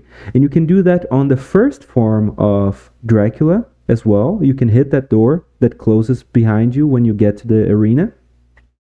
And then you can crit for the entirety of the Dracula boss fight, because you're getting crits in the first phase, because every time you hit that door, even if you don't destroy it, you're getting 15 seconds of free crits.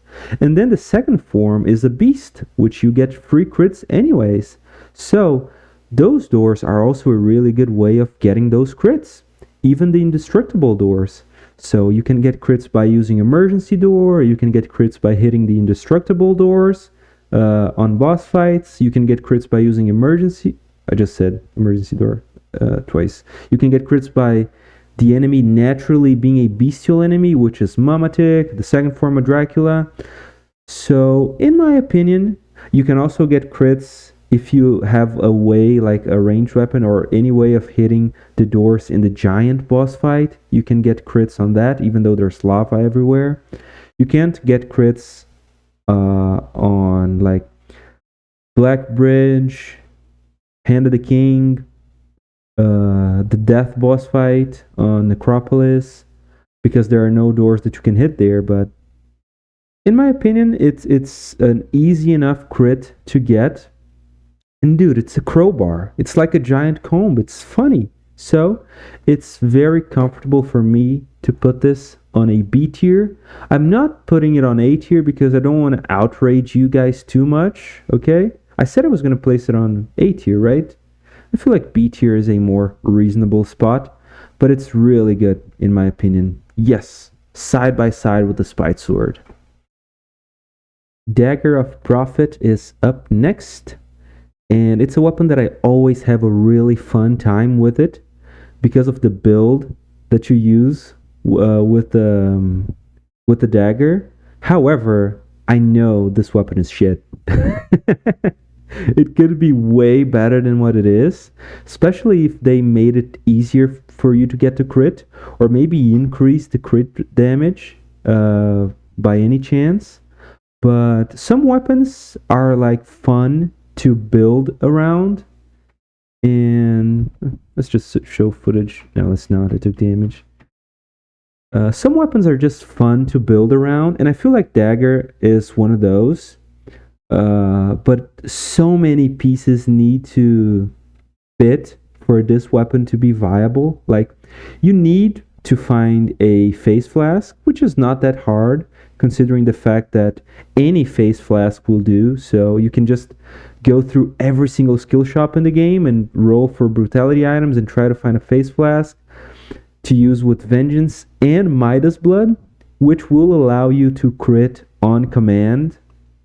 And then, since you're already using Face Flask with Midas Blood, you might as well go with Vengeance to lower the damage that you're definitely going to take, because the reach on this weapon is just terrible. Terrible, terrible, terrible. You have to be so close to the enemy to hit them that the damage should be higher.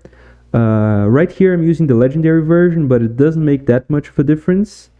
That's one of the weapons that I thought was going to be reworked on the final update, but once again, we take all the W's we can get, and we don't mention the L's. So this is the way this weapon is going to be. The crit condition is shitty. It's more hassle than it's worth to use. It's actually easier to go through all the trouble that I described for you guys, like to find a face flask, use Midas Blood, to make this weapon crit enough. But as I said, I'm judging the weapons on their own without necessarily thinking all that much about build in general. Since I always showcase weapons in custom mode, it's easier for me to get a setup where the weapon like properly works.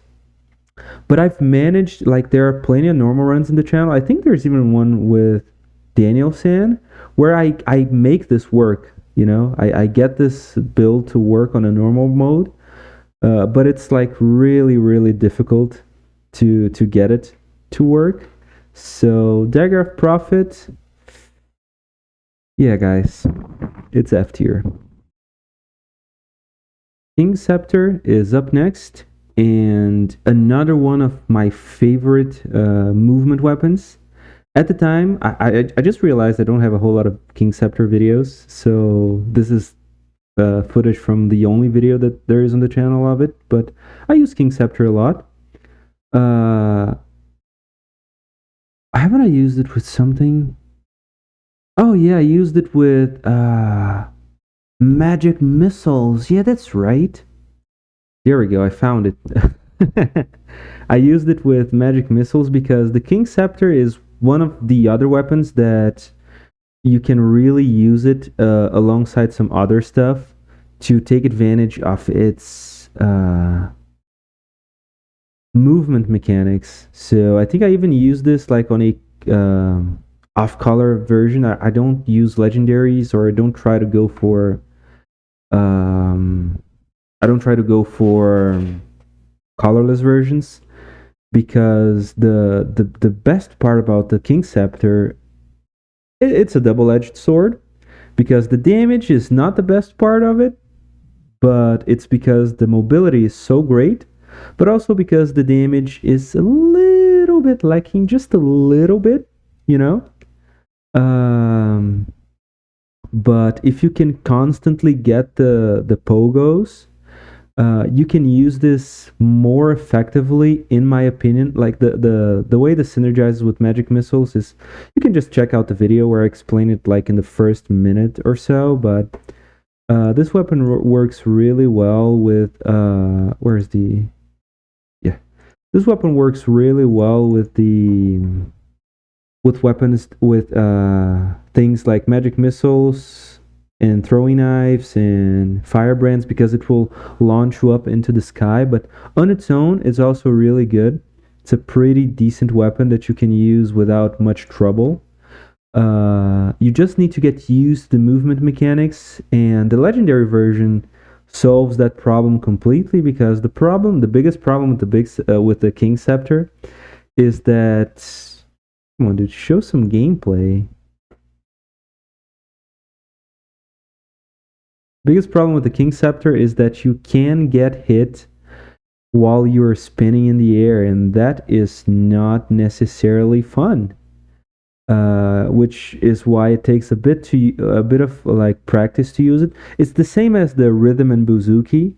You kind of need to get in the groove of using the weapon, so it's not something that you can as easily pick up in a normal run and use it. And like, you can't just replace it. Like, oh yeah, I was using, I don't know, Panchaku, or I was using Shrapnel Axes, and I just found a really good King Scepter, and I'm just gonna use it. You kind of need to change up your play style, and that is not as easy as it seems on 5BC. But overall, it's an amazing weapon. The animations are crisp, and the sound of the weapon when you're critting and when you're spinning around and there's lots of particles, it's an amazing weapon. It's really good. So I feel like the King Scepter deserves a spot in the A tier, and we're finally getting into the second row of items, into A tier. Next up, we have a Symmetrical Lance, the OG slow but powerful weapon. Everyone loves Symmetrical Lance. It is a really good weapon. It has a lot of damage. The crit condition is kind of difficult to achieve for bosses, for example, but I still feel like even without the crit, you can still get a decent bang for your buck. Oh, that was a pretty close one, huh? Fractured Shrines is always crazy.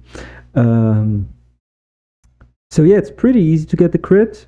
As you guys know, the legendary version is just insane, and you should use it. But even without the legendary, I feel like it's a decent weapon. Even without the crits, I feel like it's decent. I think, I do have the legendary here, so it's going to be a bit biased. But yeah, it's really good. The only problem that the Symmetrical Lance has is that even though it has a lot of range horizontally, it pretty much has zero range or zero like height. You can't really hit your target if the target is above you, which is really tough for some weapons. Some weapons like the Impaler really suffer from it, and we're gonna get to those. But I feel like the Symmetrical Lance has enough range that it is good enough to warrant not having a whole lot of or any verticality at all. And it is slow, but it's not so slow that you're like struggling or having to cook up the attack a long time before actually doing damage to the enemy. So because of that, I think we can place Symmetrical Lance in the S tier. Really, might be a bit of a exaggeration and maybe A tier here, but yeah, I feel like S tier is enough. For the normal version, the legendary version is a guaranteed S tier. Up next, we have the Sewing Scissors. They were added on the Clean Cut update, which is gonna come for the mobile folks, but for now it's exclusive to PC and console. But yeah, the Sewing Scissors are an amazing set of the Sewing Scissors is an amazing weapon. Sorry. I just love it. I love the Sewing Scissors with every fiber of my being. As I've said previously a bunch of times, I love survival weapons, and I feel like this is one of the best ones. In actually, I feel like I go on a lot of like, I say things are the best or whatever a lot, but they're so easy to use. You know, they are fast enough. They have a huge range. You can hit enemies behind you with the first attack. The animation of the beheaded pulling the scissors up, it will hit like everything in an arc above and sometimes in the back of the character. And that's not even counting the fact that you can kill multiple enemies at once. You can kill multiple elites at once. Because as long as your attack kills one enemy, any other enemy that gets caught up in that attack is gonna instantly die. I've never managed to do it, but I'm pretty sure that when you hit bosses with it, and it's a little difficult to do it because not that many bosses have like add phases that add mobs that you can kill. I can think of like a couple. Spoiler boss, Hand of the King. There might be there might be a few others that I'm missing, but yeah, even when talking about those mobs, those bosses, it's kind of difficult for you to get it, and it's not an insta kill. It's just a crit, and yeah, I think Sewing Scissors is really good. In my opinion, it also is an easy S tier. Next up, we have the Impaler. Another weapon that I think is decently old. But in my opinion, it is not that good. I think the attack is too slow. I think if the Impaler was like dual scaling with survival, I might get a different opinion of it, but the damage is also not at all there. The crit condition, in my opinion, is like not that easy to achieve. And I know, I put up the Crowbar really high on the tier list. Even though the crit condition is kind of gimmicky to achieve there, but for this one, I feel like for the Crowbar, I feel like even without the crits, the Crowbar is decent. But when it comes to the Impaler, like, even when you're critting, I feel like the damage is kind of lacking. And when you're not critting, it's like even more shitty. Oh, I got a curse here. Damn. Let's check out that curse. So yeah, I feel like this weapon is not all that great. I feel like the lack of damage and the lack of range, added with the fact that this weapon has no verticality at all, you will get hit by so many bus cutters, and you won't be able to easily kill kamikaze bats and flying enemies because they will just be right on the edge of your attack, right on the upper echelon of your attack, and you're not going to be upper echelon on the upper area of the screen, and you're not going to be able to hit them. So yeah, that's why I don't really like Impaler, and it's gonna get a low ranking. But yeah, let's just watch me kill this elite, because it's a weapon that works. Depending on the biome, depending on the level generation, you can get it to work, and the crits do reward you a little bit, but not enough for the Impaler to be anywhere above the C tier. Yeah, that's it.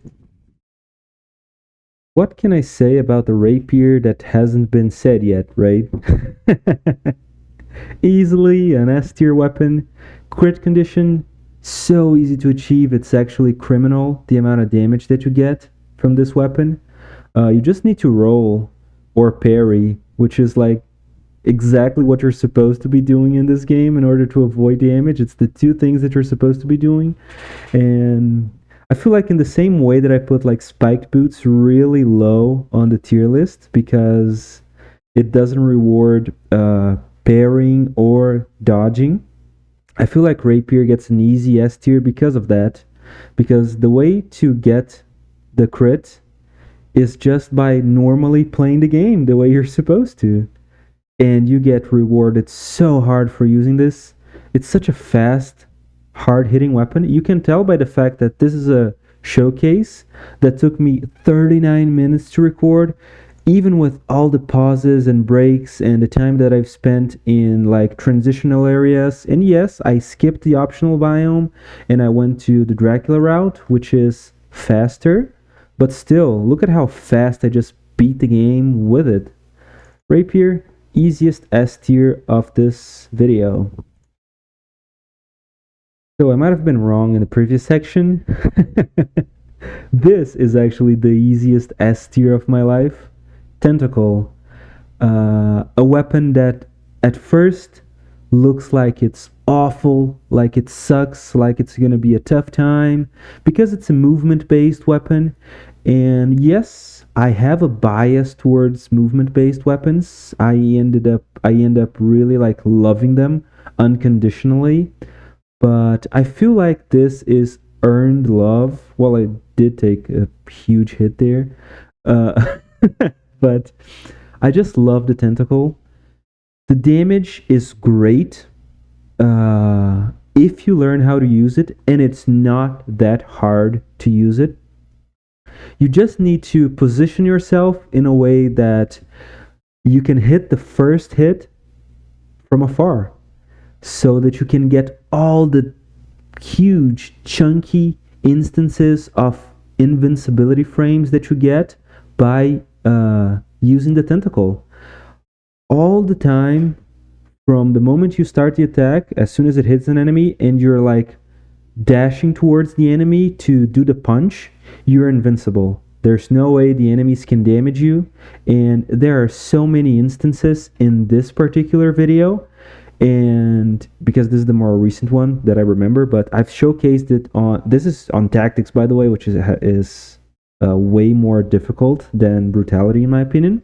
But there's also a playlist where I play it on Brutality, and I use the Tentacle a lot. There are a bunch of videos using the Tentacle in the channel. And let's see if this showcases how good the Tentacle is. I think this one is going to be on Brutality. Yeah. I do use Face Flask because I didn't think it was that good when I used it first, but look at that damage. And the iframes are just insane. We are judging the weapon on its own, although we are considering synergies and stuff. That's why Pure Nail was ranked so high, despite it also being a standalone amazing weapon on its own. This is the same thing. This weapon is like the same deal.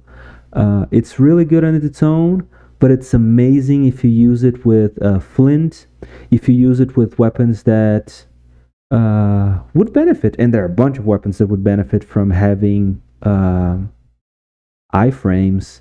So yeah, Tentacle, S tier, easy. And not going to show the rest of the video. I got a flawless, just look it up if you want to watch. Yeah, flawless, sorry, Tentacle, S tier. And next up, baseball bats. Okay, are you guys happy? Actually, wait up. Let's do this properly, okay? Baseball bat, very powerful, highest DPS that I can think of, but only if you're able to get the crits. If you're not getting the crits, it's just a beat stick that actually sucks. So, yeah, never mind. Baseball bat, A tier. Not going to show any gameplay because I'm tired of looking at gameplay from Baseball Bat, even if it's my own. But come on. There we go. There are plenty, like way too many Baseball Bat videos on my channel. Like way too many. Okay, way more than I would like to have. I use Baseball Bat way too much. I think no, I haven't flawless all bosses, but yeah. Baseball Bat, really easy weapon to use if you're getting the crits. If you're not getting the crits, it's kind of shitty. And some bosses are harder to groot and stun than others. That's why I'm placing it on A tier. It is still powerful and easy enough to use to earn its spot on A tier. But yeah, brain dead weapon. I'm tired of using it, but it is pretty good. Next up, we have the War Spear, which I haven't used as much as I thought I had. There's only one video, there's only one showcase for it on the channel, and usually if the weapon is dual colored, I try to use it once for each color, but I guess I never used the War Spear again on Brutality, but it's an amazing weapon. It's a weapon that I have nothing against, no caveats and no comments that I feel like I need to say. It has the same problem as Impaler and Symmetrical Lance, but much like the Symmetrical Lance, I feel like this has enough damage to warrant the bad things that come with it. However, I still feel like this weapon has a bit more verticality than most other weapons that suffer the same fate as these. And the fact that you can play this on survival is just like such a positive, because you can have so much health, you can use so many good mutations with it. And yeah, it's also probably, I can't speak from experience, but it's also probably really good on Brutality. The hits are fast enough, the damage is there, and yeah, it's a solid weapon that I pick every time that I see. So just an easy S tier. Where is it? Yeah, there it is. Now A tier, yeah, it should have a bit more verticality, and the crit should be a bit easier to achieve for me to give it an S tier, but even without the crit, it is still really good. By the way, the weapon crits when you're hitting multiple enemies, is that it? I think that's it, right? Yeah, when you strike several targets at the same time. So you don't get the crit all the time, but the damage is there, and I like it. A tier. Up next, we have the Sadist Stiletto, which has a lot of problems, but I still really enjoy. And as I said, I usually do with when I rank the War Spear, I usually run the weapon on both colors to see what it's about. And this is a weapon that I feel like doesn't perform as well as it could. And sometimes we just feel it's really good because we're always going for the crit condition, but the damage is not all that great. It is still decent damage, but I feel like this is going to be a B tier, and I'm pretty sure most of you guys are going to agree. But I have used it on multiple colors, and well, the only two that there are, and it works really well on both of them. Tactics has some really solid damage options when it comes to mutations, and you can get the crits on the Sadist Stiletto really easily, in a way where I feel like it's not that big of an issue. The fact that the normal damage is not so high because you can always get the crit really easily. By the way, you could use this even on tactics with open wounds because the bleed damage that you get scale with your highest color. It doesn't scale off of brutality, so you could use, and that's why you see a lot of people, and I've seen a lot of people using open wounds on other colors other than brutality, and I didn't understand it at the time, but now from reading the wiki and playing this way, I know that you can very easily use open wounds on any color that you want, and you're still gonna get that good DPS, the good extra DPS that you get from using open wounds and the bleed stacks and stuff. And yeah, that's good. But the biggest problem with the stiletto is its range. It doesn't have a whole lot of range, so you need to get really up close and personal with the enemy, which is a little punishing, can be a little punishing if you don't play to the weapon's strengths. So that's why the stiletto, oh my god, where is it? That's why the stiletto is a B tier weapon. Still very good on both colors. Next up, we have Nutcracker, and boy, am I gonna disappoint you guys because I don't really like the Nutcracker.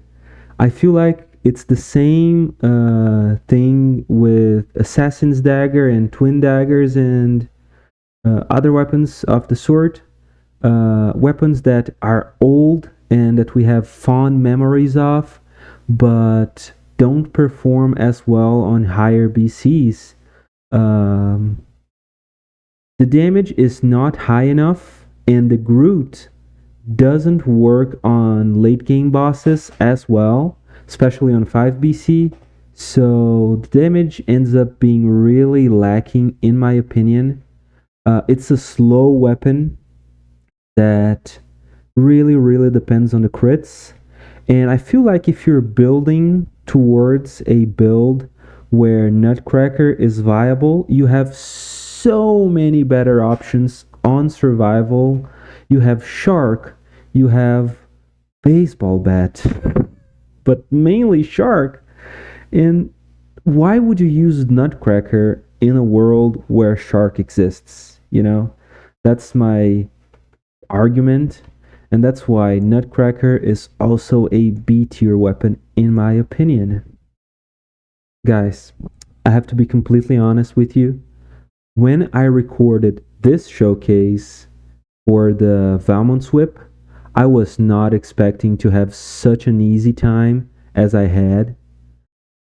This is like I'm always gonna recommend you guys to watch the videos for the showcase of the weapon that I'm ranking, so that you can see what I played, you know, how I played with the weapon, and maybe understand why I gave it the rank that I did. But the first time that I used the Valmont's Whip, I used it on brutality, and not only was it season 1, a couple, like probably more than a year ago, when I played Valmont's Whip, I did not know, and even while playing on this more recent version, I did not know, because every time you see a brutality and tactics scaling weapon, you tend to go for brutality because brutality has more health. You can easily get Vengeance and Face Flask to do a lot of damage for you. You can use a lot of defensive mutations. You can take advantage of a lot of things, you know, that really make the Valmont's Whip seem like a decent weapon on brutality. And there's, you know, you can get all the melee mutations to trigger, you know, melee based mutations, open wounds, melee, combo. So it might look like it's a good idea, but this weapon works so freaking well on tactics. It's insane. Think about all the ways that you can make enemies get enemies stuck. Like, there's Wolf Trap. You can use Groot Grenade off color. You can use Boy's Axe. there's so many ways that you can get enemies stuck so that you can easily get the distance necessary for the whip to do its highest amount of damage possible, which is a really, really high damage. And on top of that, a thing that I didn't know both times that I ran this weapon is that the damage from the whip scales with tranquility. And it is just long enough that if you crit onto an enemy, you're getting the damage buff from tranquility. So this is a melee weapon that's amazingly used in tactics. It's also decent in brutality if you can work around the fact that most stuff that's going to help you is going to be used off color, but you're only going for the Groot anyways, so it's fine. But Valmont's Whip is the most surprising weapon for me that's gonna like climb up the ranks. In this video, I even talk about in the beginning of the video how much I hate this weapon, but it's just because I didn't know how to use it. And that just exemplifies how subjective tier lists are. And if I hadn't used Valmont's Whip again on tactics, I would probably place it on F tier, literally, because the first showcase that I did with the whip, I'm not going to find it now, but the first showcase that I did with the whip was awful and I hated it. And I was like, I'm going to place this on F tier easily. But now, it's this one right here. Long time ago, June 24th, 2023. I even tried using things off color, but I just played poorly as well. But anyways, enough chat. Valmont's Whip, A tier. Really, really awesome weapon.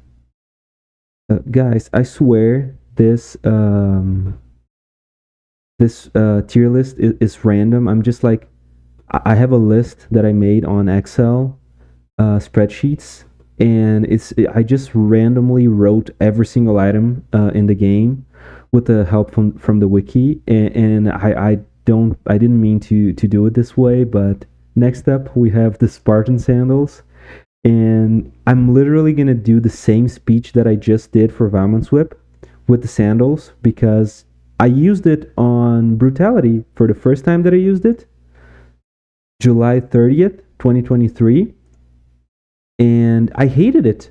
I thought it sucked. I thought it was an awful weapon. I suffered a lot through the run, and I did a lot of attempts.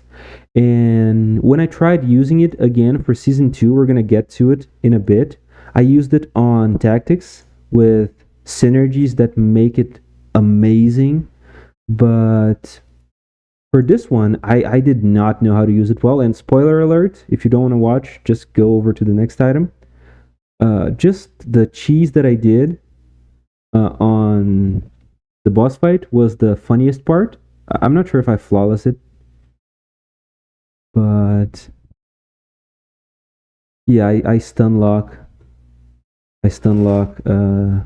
Spoiler boss. I think I laughed like a lot.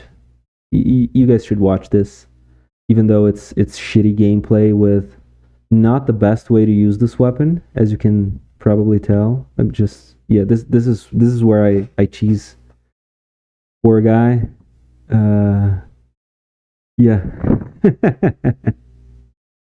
I just keep doing this for a really long time. This is not new tech. People have discovered it for a very long time. But yeah, as I said, I have a lot of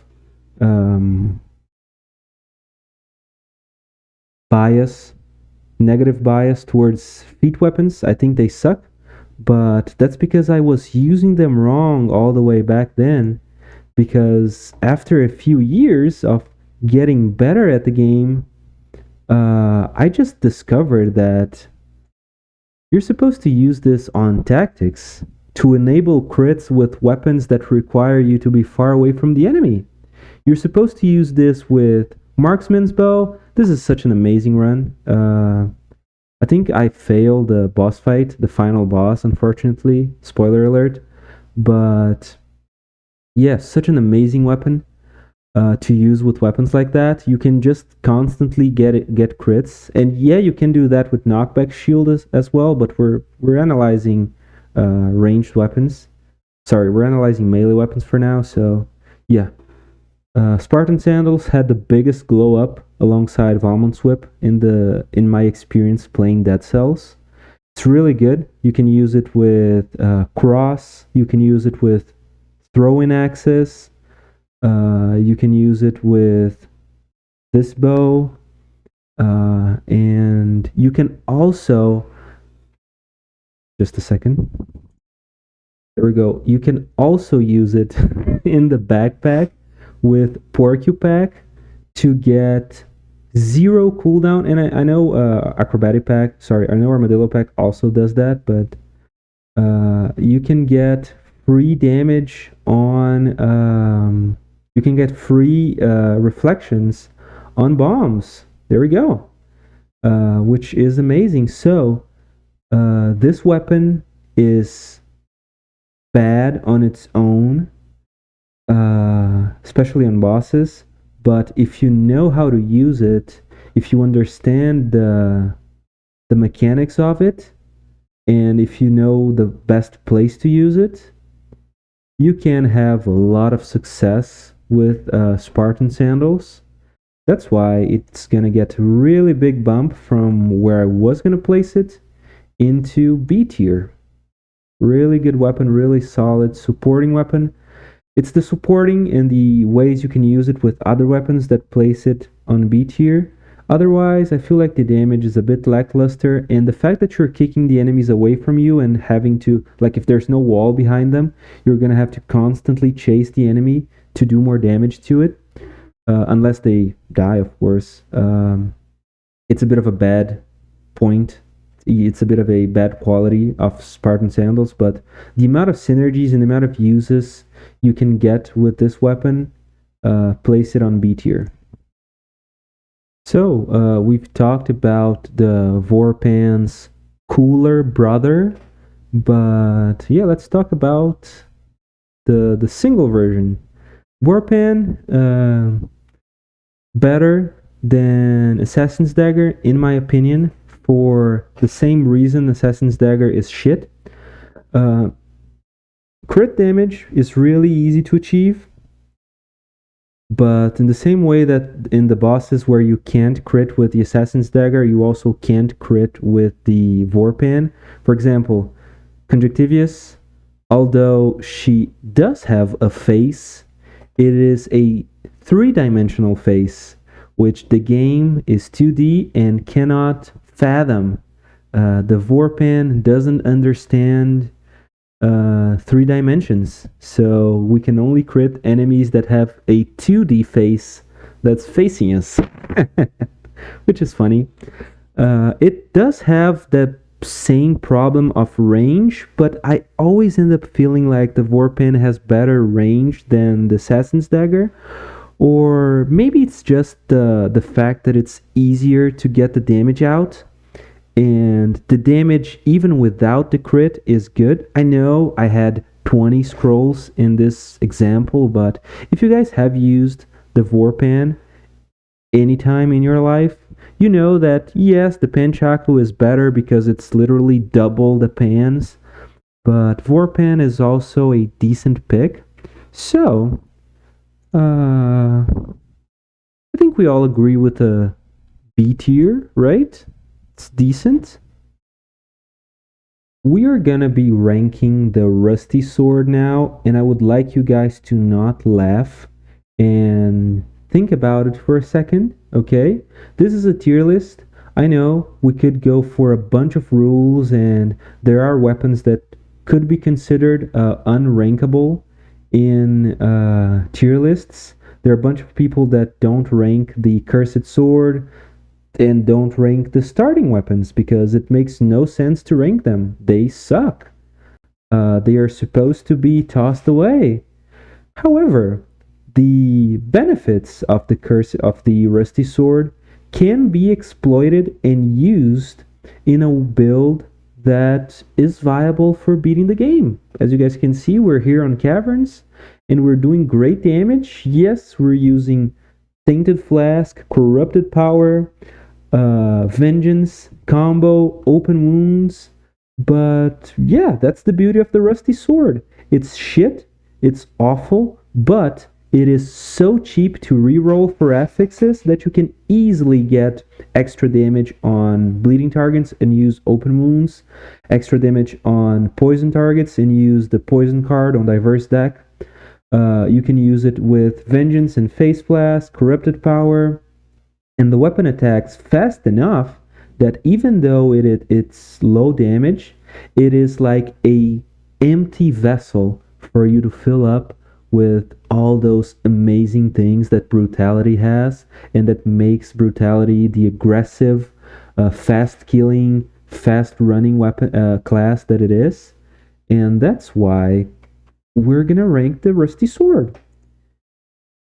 It's gonna be F tier, yes, but it's ranked.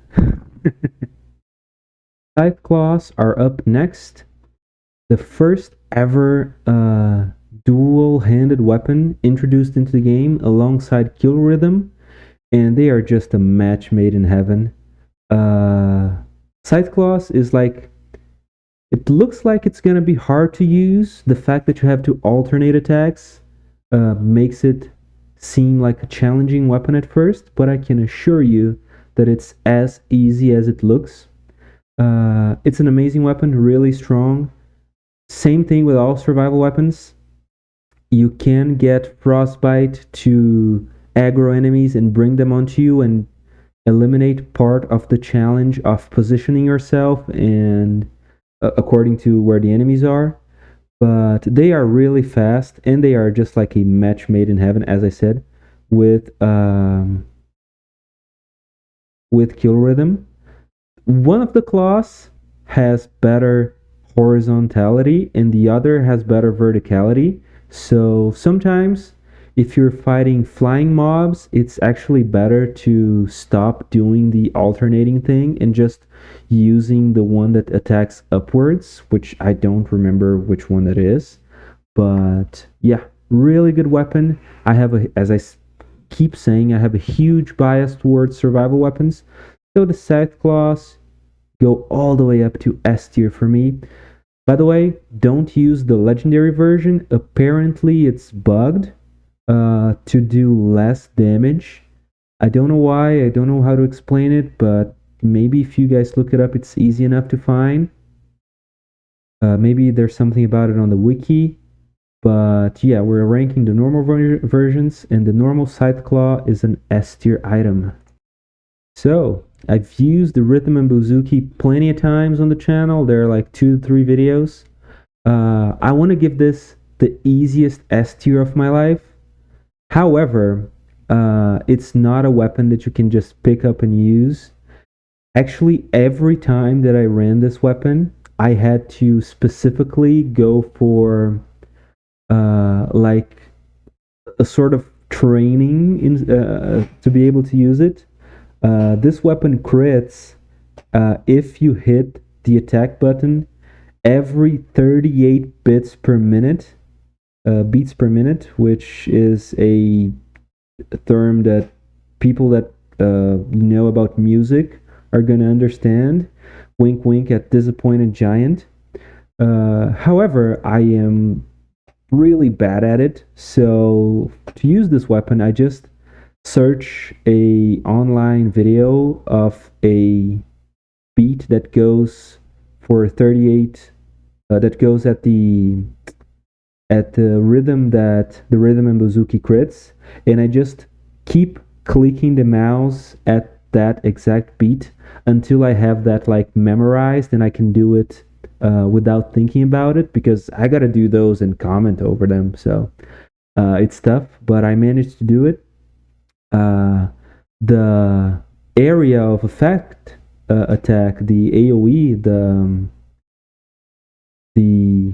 the actual let me go for, do I fight? Yeah, I fight Guardian with it. I don't think I flawless him this time, but yeah, I take damage. But this attack scales with point blank, so you can easily use it to increase your damage, which is also pretty good. And that's just the way that I use this weapon. I feel like in the same way that I never bothered to learn Katana attack, I bothered too much to learn how to use Buzuki.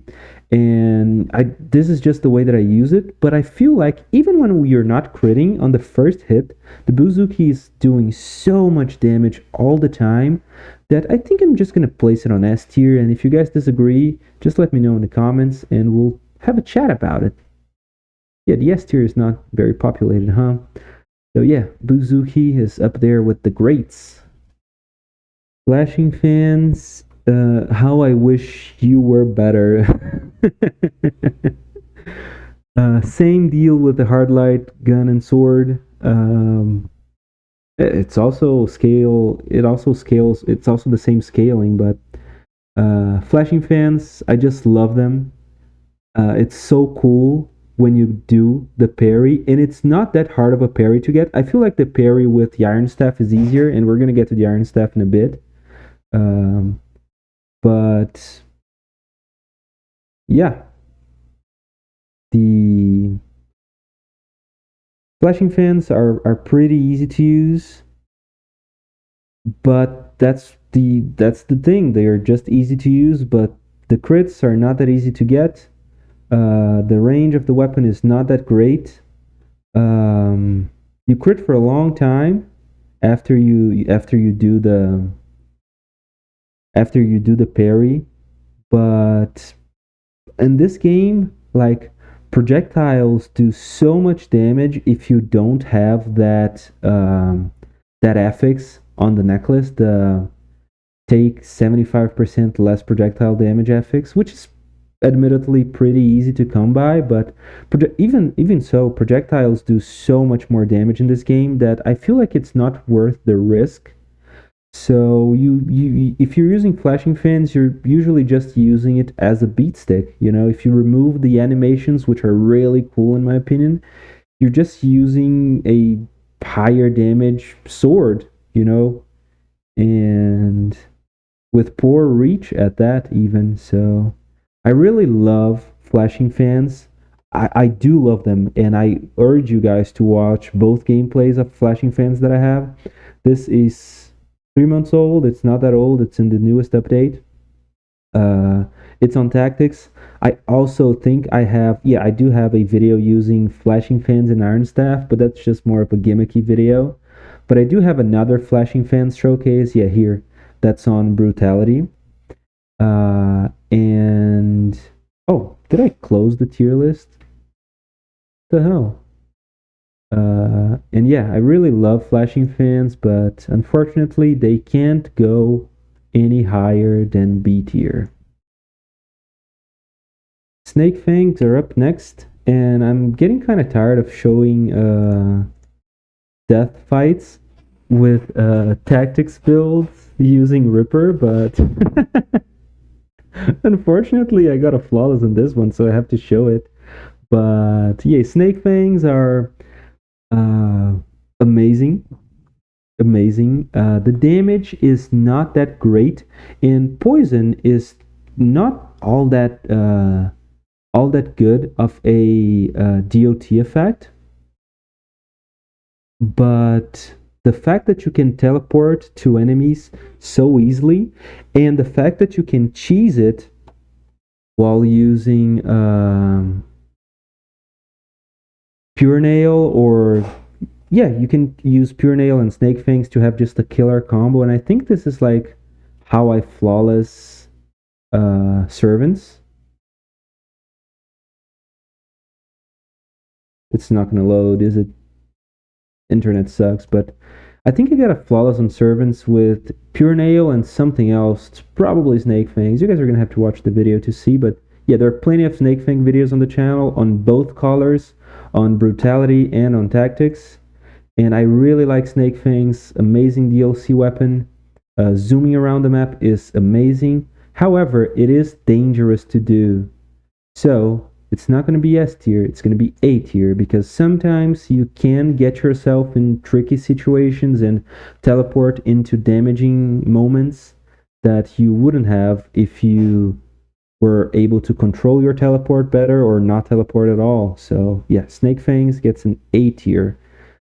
Could be a B tier, but I'm going to give it an A. I just feel incredibly sorry about Conjunctivius every time I roll up to her with the Iron Staff. It's just so easy. So incredibly easy. I love Iron Staff. I know in this video I have 18 scrolls into Brutality, and spoiler alert, I flawless her very easily. But as you can see, it's just so easy to get the crits. You just see the exclamation mark and you can just hit it. Even with her dash attack, it's just so incredibly easy. And I'm just not even going to show the entire video, the entire clip, because I have so many videos no hitting bosses with the Iron Staff. It's actually crazy. I have plenty of showcases with it. I have one where I use Iron Staff to parry melee attacks and Flashing Fans to parry ranged attacks, which is really funny. But I just keep getting flawlesses with the Iron Staff, so I love it. Even without the crit, it's pretty good. But in my opinion, being able to do defensive and offensive moves with the same item just earns its way into S tier. So yeah, check out all my videos using Iron Staff if you want to know why it's there. When I tell you guys that I love Ferryman's Lantern, I am not even talking about using the ammo mutation to increase your ammo, then using Wolf Trap or anything to stun lock the boss fights, and then just charge all the freaking shots that you got from using ammo and then just instantly killing every single enemy, every single boss in the game with the cheese. I'm just talking about how much I love using Ferryman's Lantern normally on bosses. See the damage? It's good, right? Ferryman's Lantern is another one of the weapons that I have a huge bias towards. Not only survival slow weapons that I like, I like them in the other colors too. And I've used Ferryman's Lantern on both colors as well, so you can check out my video using them and maybe understand why I love them so much.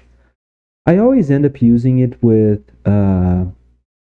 Armadillo Pack, but I didn't use it on this tactics run, and I still managed to walk through the park, as they say. And as you saw in just a little bit of the gameplay, I used the frostbite technique that I talked about with the other slower weapons. So yeah, I just love Ferryman's Lantern. It's an amazing weapon. I would use it every single time I saw it. If I wasn't already committed, if I didn't already commit like one slot or the other with something, I would use it very, very easily. Finding this colorless on survival is just so good as well, but we're judging them based on their colors.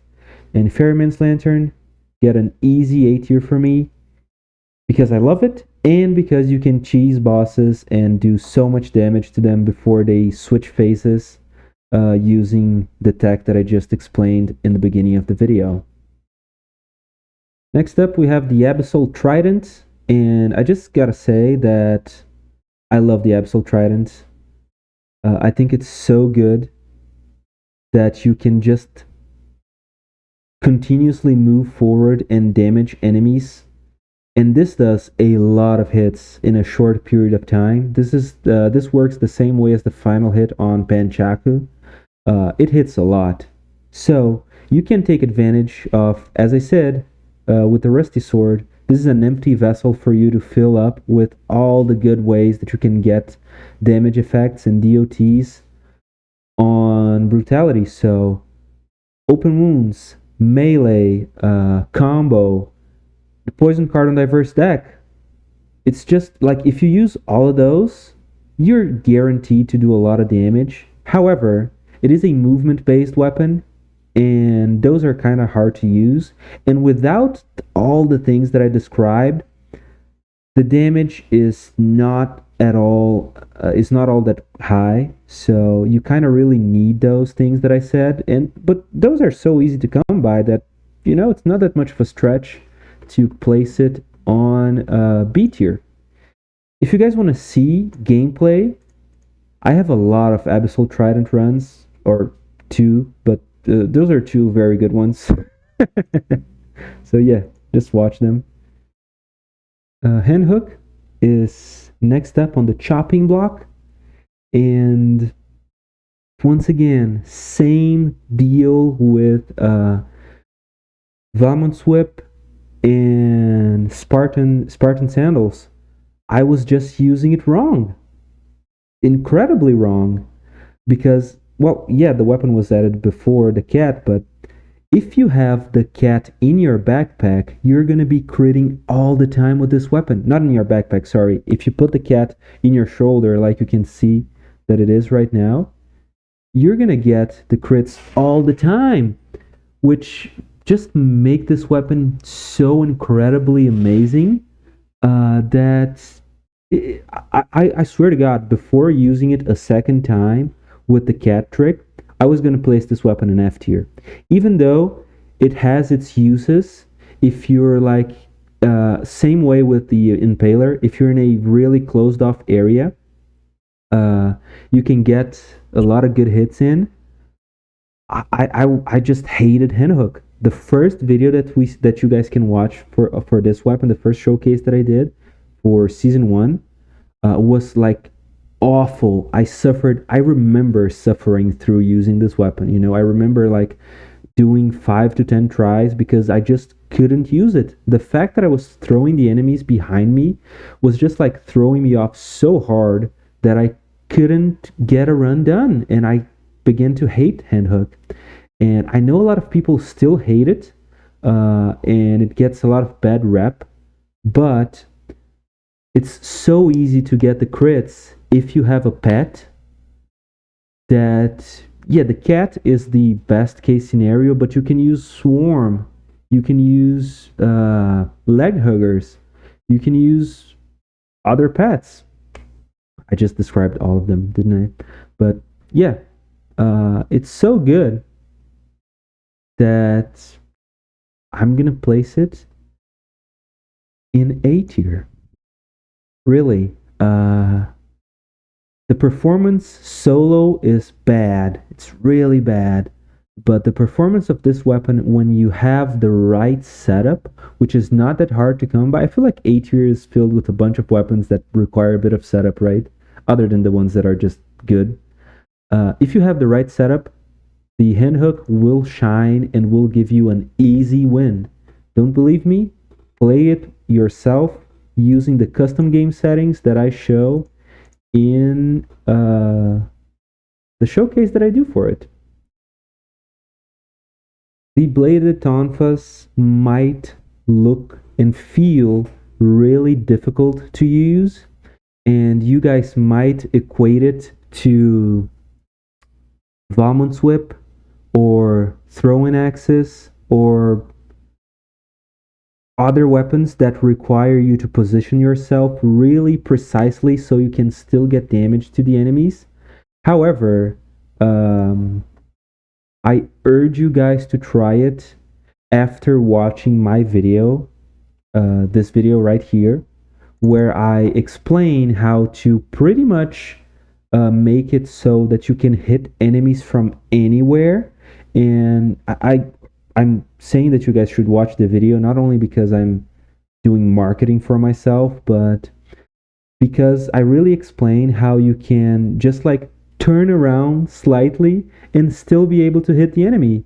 Because with the tonfa, yes, you are doing a big lunge that's kind of dangerous to commit to, but you still have freedom to move and turn around when you're using it. So you're lunging with the tonfas and you're like, yeah, I have to hit that exact spot so I can get the crits and I can hit the enemy. But if you overshot, you can just turn around by pressing the other direction, and you're gonna hit the enemy still. And that makes your hit range, the interval in which you can hit the enemy, so much higher that it's actually difficult not to constantly hit them. So all of that, added with the fact that the damage is insane, makes it so I can confidently place this weapon in S tier. Maw of the Deep, the shark, better than baseball bat. I know, clickbaity, rage baiting argument, but hear me out. If you're using the bat on its own, you cannot constantly get crits. The shark is the only of the two. The shark is the better version of the bat because you can crit with the shark on its own. If you're facing a boss using only the shark, which I just want to show this flawless here because although it's really incredibly over-scrolled, it's a funny video where I use the shark Easter egg thing. And yeah, I really like this video. But I used shark only. As I said, there are not a whole lot of videos. There are not a whole lot of weapons that I've done the one weapon at a time challenge thingy. And Maw of the Deep is such a good weapon. I love it so much. I just love it. I love it. I'm not going to be standing here and arguing my way into placing shark into S tier because it's just a shameless love that I have for shark. And yes, I think it's way better than baseball bat because it can get the crits contained on itself. You don't need other shit to make the shark work. And even without the crit, it's just insane damage that you're doing. Yes, I'm terribly overscrolled in this run, but hear me out, okay? Legendary is also amazing, but yeah, shark is S tier. I am actually surprised that I haven't done a Wrecking Ball only video, and as soon as I searched it on my channel and I found out that I haven't done a Wrecking Ball showcase, a Wrecking Ball only video, I just instantly got the urge, how do you say it? Damn English words. I just got I just wanted to use Wrecking Ball only. I just love Wrecking Ball. It is amazing. Slower than any of the other weapons that I just talked about on survival, the other ones that are on S tier, but the damage is just so great. You can launch the ball through walls to hit enemies over other walls. The ball counts as a ranged attack, which means it will benefit from ranged mutations. However, you don't need it at all. You actually just need the first hit to be able to destroy enemies. It's amazing. I just love it. And the fact that you're playing it on survival means you can cheese the hell out of survival mutations on bosses like these, which might look like awful takes to be awful plans to be going to Scarecrow, one of the fastest bosses in the game, with one of these lowest weapons in the games. But just see my health, and 27 scrolls is average for this late in the game, especially considering the fact that we haven't skipped prison depths. So yeah, it's just a normal amount, but we're at the end of the fight with 80% HP left. I'm not sure if you guys can see it because I have OBS cropped the window kind of weird, but I left the boss fight with 80% HP and I took a lot of hits. That's something that you can only do on survival, and being able to just use a literal wrecking ball on dead cells and still come out on top just makes me give this weapon an S tier. I'm gonna give the Morning Star an S tier ranking for a bunch of unrelated reasons. And at first, you guys are not going to agree with me, but I feel like my final reasoning for why this weapon is so good is going to sell it to you guys. But the weapon only goes up to S tier because it's all of those reasons combined. But yeah, let's go over them. It's a cool weapon, incredibly cool. The fact that you can stand around and hit an area surrounding you with small, yes, but fast hits is just awesome. I have been using this weapon wrong for the entirety of the time that I used it. After recording a lot of runs with the Morningstar, and I do have a lot of runs with the Morningstar on the channel, Nihilist Lemon told me about the fact that you get the highest DPS not by tickling the enemies. There's no tickle tech that you should use. You get the highest DPS by actually just using the first attack over and over again and just lightly tapping the attack button over and over and over again, which will give you the highest DPS. So even though the bunch of small hits and being stuck around for the entirety of the combo might be a little frightening, if you want to get the highest DPS, you're not even doing that. But if you want to play the weapon with Tickle Tech and get incredible satisfaction from hearing the crits going off while you're using it with combo and stuff, we can even check this out in here, right? If I'm not mistaken. Oh yeah, there's no sound in the video because I keep talking over it, and it's incredibly annoying. It's gonna be incredibly annoying for you guys to just keep listening to me, just like double my voice. So let's not do that. Let's just play with the sound off. And if you want to see this that's happening on the screen right now, yeah, there we go. That's when I really get it. It's so satisfying, I swear to God. Just check out this video. But the reason I'm placing Morningstar in S tier is because, let's just go over this. You get the Morningstar by doing the Konami code. But also, yeah, that's the code. Up, up, down, down, left, right, BA.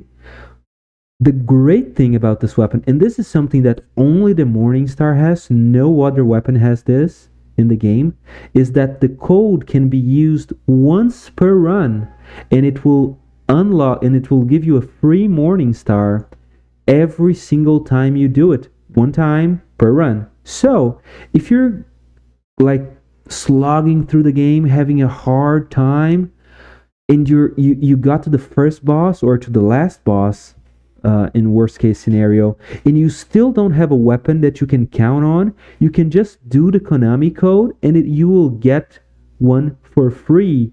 That's, by my experience, usually pretty well leveled according to the area in which you do the code. So you're not just going to get a low level one. If you use it on the final boss, like before going to the final boss, you're going to get a decent leveled Morningstar. And this is something that no other weapon has. You can just do a easy code and get a version of the weapon that you can use for free in a transitional area. So this is like unheard of, and it's so good that this alone, in my opinion, alongside the fact that it's a decent weapon, not great, but it's decent, earns its S ranking. We're gonna go over the Bible now, but I just found out by looking at the channel that at least I can't find it, and I mean, it probably isn't there.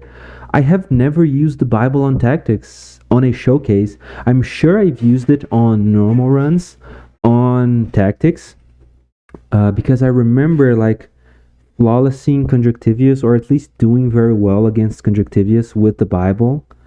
And that's due to the fact that you can also do a similar cheese with the Bible that you can do with Crowbar, in a sense where you can hit the doors, the indestructible doors in boss fights, and get a bunch of Bibles. But yeah, good luck doing that in the middle of a 5 BC boss fight. However, even without the spinning Bibles and without like getting a bunch of them, which you can easily get even without the legendary version, you can still do a lot of damage with the Bible. You can do the frostbite attack that I talked to you guys about with the other survival weapons. It becomes even more powerful when you have at least one or two Bibles spinning around you, because frostbite is going to aggro the enemies, and then they're just gonna fly into the spinning Bible and they're just gonna die. And you can see here that yeah, I do have like 25 scrolls in survival, but we're still not even getting to the Bible part because we're just one-shotting enemies so incredibly easy that we're not even getting all of that damage out of the spinning Bible. But the damage on its own is so incredibly great. Even on tactics. On tactics, it's a bit slower, and you're going to have to be a lot more cautious with your gameplay and how you play it. Oh boy. Damn. Poor timekeeper. Check out the video to see if I flawless her. You're still going to be doing so much damage naturally with the Bible, even on tactics, so that on survival it's easy as hell to play, but on tactics, if you set up your build correctly with a good shield, good defensive capabilities, good ways to stun lock enemies, the Bible is so easy to use that it's an easy S tier for me.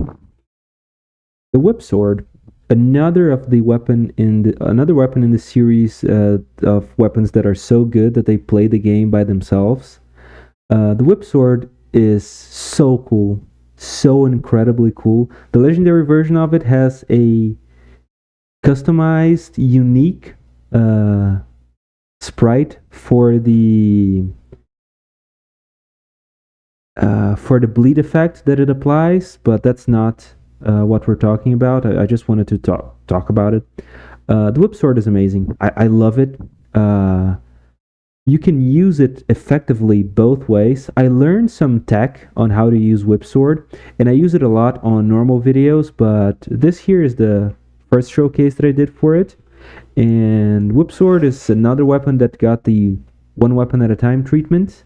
Yeah, I used only the whip sword about a year ago. But yeah, I have a bunch of whip sword gameplay on the channel, on normal videos, on normal mode runs, and on showcases. I used it against pretty much every single boss on camera. I just love the whip sword. There's some tech with it. If you use hold to attack, swap out the order, and it's easier to do on PC with mouse and keyboard, but you can do it on control, and you hold the transformation button down and keep spamming the normal attack, you're going to attack so fast that you're actually going to start moving on your own because you're attacking so fast, and the damage is insane. But even without the tech, you can see me use it on the channel, and it's just amazing. S tier. Vampire Killer is what the Wrenching Whip wish it was. With such an easy crit condition to get, amazing damage, self-critting capabilities, because when you kill an enemy, it's gonna burn, and you can crit other enemies if you don't have any other source of bleed, which source of burning, which sources of burning are so easy to come by in this game. Like sometimes you're gonna have a turret that's like nothing. There's nothing to do with fire. It's like a meat grinder. The brutality, the other brutality turret that does bleeding, that spreads in the ground, and any other turrets. Fire grenade. There are plenty of grenades that, aside from the fire grenade, that just do fire damage, that just apply burning for free, and it's just really high damage. It does have a bit of a slower third attack, so you gotta position yourself, but it's not that slow, and the damage is just so great that it's like really easy to place this in S tier, and I'm sure no one is gonna complain. Death Sight is up next, and it's another of the weapons that I just wish I used more on the channel. I just realized there are not that many videos of me using it.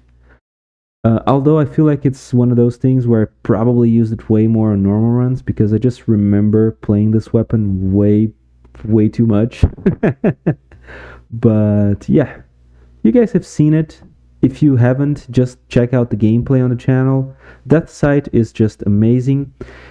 It is a bit lackluster on bosses, but the performance in biomes is so incredible that it deserves an easy S tier.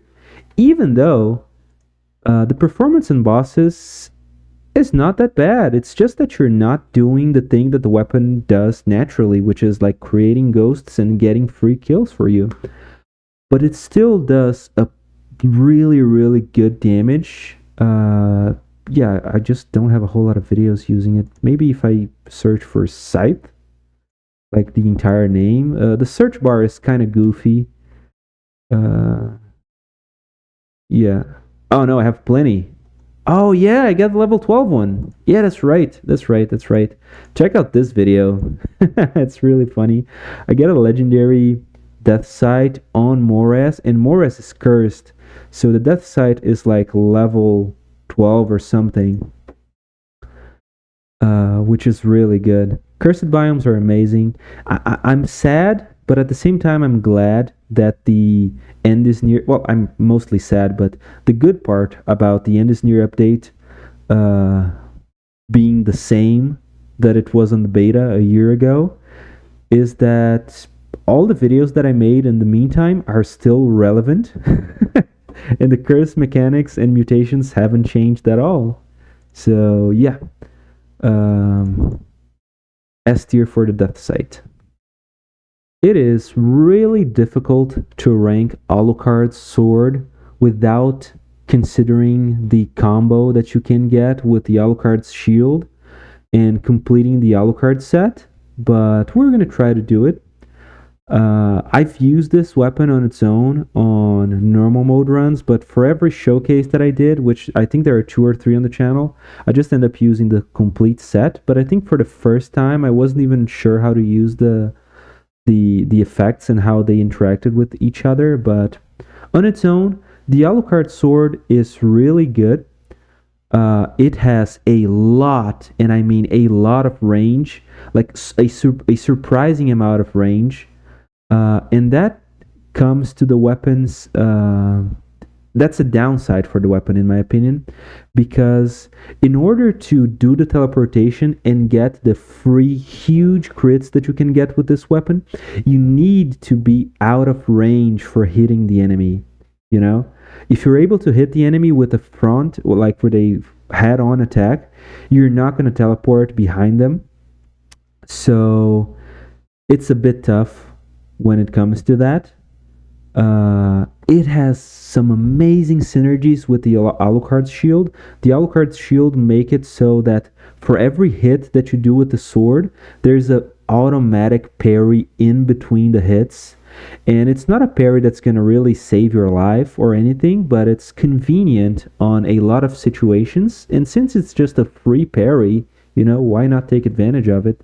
But on its own, it's still a decent weapon. You just gotta pay attention with your position, which is a pattern that a lot of the weapons that are ranked in A tier have. So yeah, A tier for Alucard sword. I forgot about the blood sword. I just went through all of the DLC weapons, and I was like, dude, Bloodsword is still up on the tier list. And then I remembered that I just didn't talk about the Bloodsword. And another old weapon that we remember as being really good, but it's actually not that insane. We're still gonna place it on B tier, which is respectable.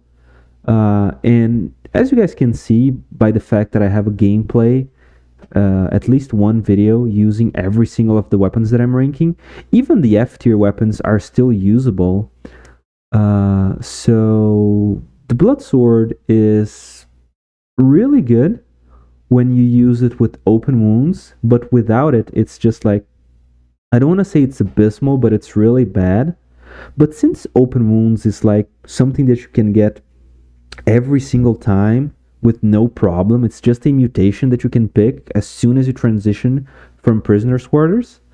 It's pretty much impossible for you not to use Broadsword with open wounds. Like, even if you find it later on, when you already have chosen 3 different mutations, you can just easily respec and go for open wounds, which will still work with other melee weapons. It's just that it carries so much of the weight of why we think Broadsword is good that I feel like it's impossible to use Broadsword without using open wounds.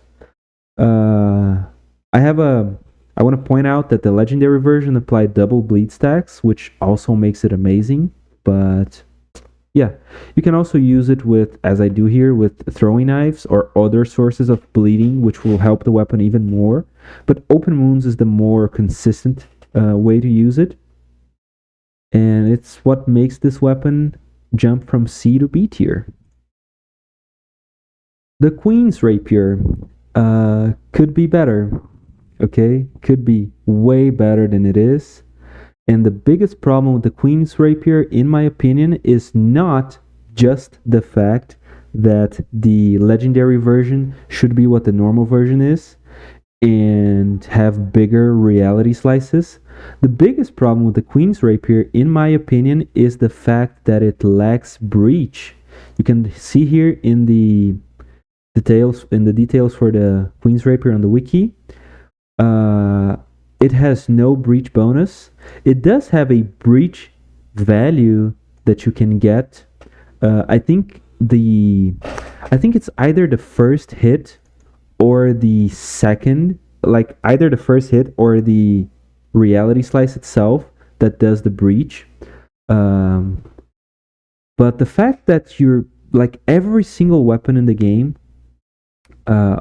almost all the weapons in the game, at least all the ones that I can remember right now, they apply breach as soon as you hit the enemy, or they don't apply breach at all. The Queen's Rapier delays the breach and delays enemy attacks and just works weird, in my opinion, and it doesn't have enough damage to compensate the fact that it's such a quirky weapon. So it is with a heavy heart that I place the Queen's Rapier on C tier. Also, by the way, I know I forgot to rank it before, but yeah, now we're gonna go over to Misericord, the final weapon. So, Misericord, aka 1/3 of the reason I've been waiting almost a year to do a tier list, because Misericord got added on when the End is Near update was first announced and introduced, and when it was on its alpha stages. And I've used it previously, and I thought it sucked. I thought the Misericord sucked ass. But I thought that for the release of the update, when the update was going to be released, it was going to get reworked into something that the casual player can use. The player that's not playing multiple hours a day, doing cursed sword runs and challenges and stat spreading challenges and playing without scroll fragments or whatever. I thought the Misericord would be reworked so that most people could use it. But it didn't. And the showcase that I did for it almost a year ago on September 1st is still accurate. It actually is a dated run because of Foresight. Oh no, Foresight. No, sorry. I forgot that Foresight actually works like that now. Yeah, but it's just the the way that Misericord was a year ago is the way that it is now. So yeah, maybe they increased damage a little bit, but still not enough for this weapon to leave the F tier category. The fact that this weapon curses you and makes you be one hit away from death every single time you don't kill an enemy just sucks. And yes, you could use this with the skill that was added. I think I forget the name, but it's this one here. I forgot the name of the skill, but you can use it with like to offset the amount of curse that you're gonna get, but why bother? Just use the cursed sword, you know? Which, look at where it is, you know? And there's a lot of setup to use the cursed sword. The damage doesn't make up for the fact that you're cursed all the time. And with that, we have finished the tier list for... Sorry for the ad. We have finished the tier list of every single melee weapon in the game. If I forgot another one, I'm sorry. I'm glad I remembered to rank Broadsword, Queen's Rapier, but I wish I did it in order. But yeah, that's the tier list for every single melee weapon in the game. As always, as I said at the beginning of the video, tier lists are subjective. They are, from my point of view, this is how I feel these weapons rank in relation to each other and how they perform.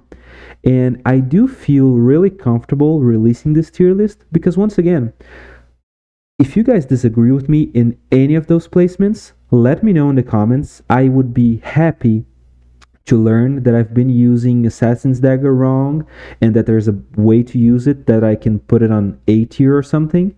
Or maybe I just judge the weapons unfairly and you're like, well, why did you place this weapon here if this weapon does this much damage while this one is here even though it does a little more damage? Just let me know and we'll talk about it. This is not final, this is subjective, this is my opinion, and I would love, as always, to hear what you guys think about it in the comments. Also, if you disagree with me but might want to see where I'm coming from, just go over to the channel and look up videos of me using the weapon, because I do have at least one video using every single weapon in the game on a showcase format, which is like having 20 items enabled so you can still get achievements, but there's still ways for you to use the weapon and build around it. And there's also a bunch, which are not going to show up here because it's weird, but yeah, there's a bunch of normal mode runs. I started numbering them, so there's at least 19 survival runs with plenty of weapons, and I usually have the weapons that I use on the thumbnail so you can see what I used. And let's see if we can find, yeah, tactics, we did 16, brutality, we did 19, so there's a bunch of runs for you guys to watch and see where I'm coming from when I placed those weapons in these spots. And yeah, that's it. This has been a long video. Beatrice even made a cameo on it. This has been recorded over the course of 3 whole days. I've just left the recording on pause, and OBS is the best app ever because I just left this on pause for like nights. And it didn't crash or anything. I've actually been using my computer while it's paused, like watching videos and chilling and stuff. And I still managed to get a almost 3.5 hour video long recorded in one take, more or less. So yeah, I want to thank you guys so much for watching. Leave any comments and suggestions and critiques in the comment section. And I will see you guys in the next videos. Bye bye.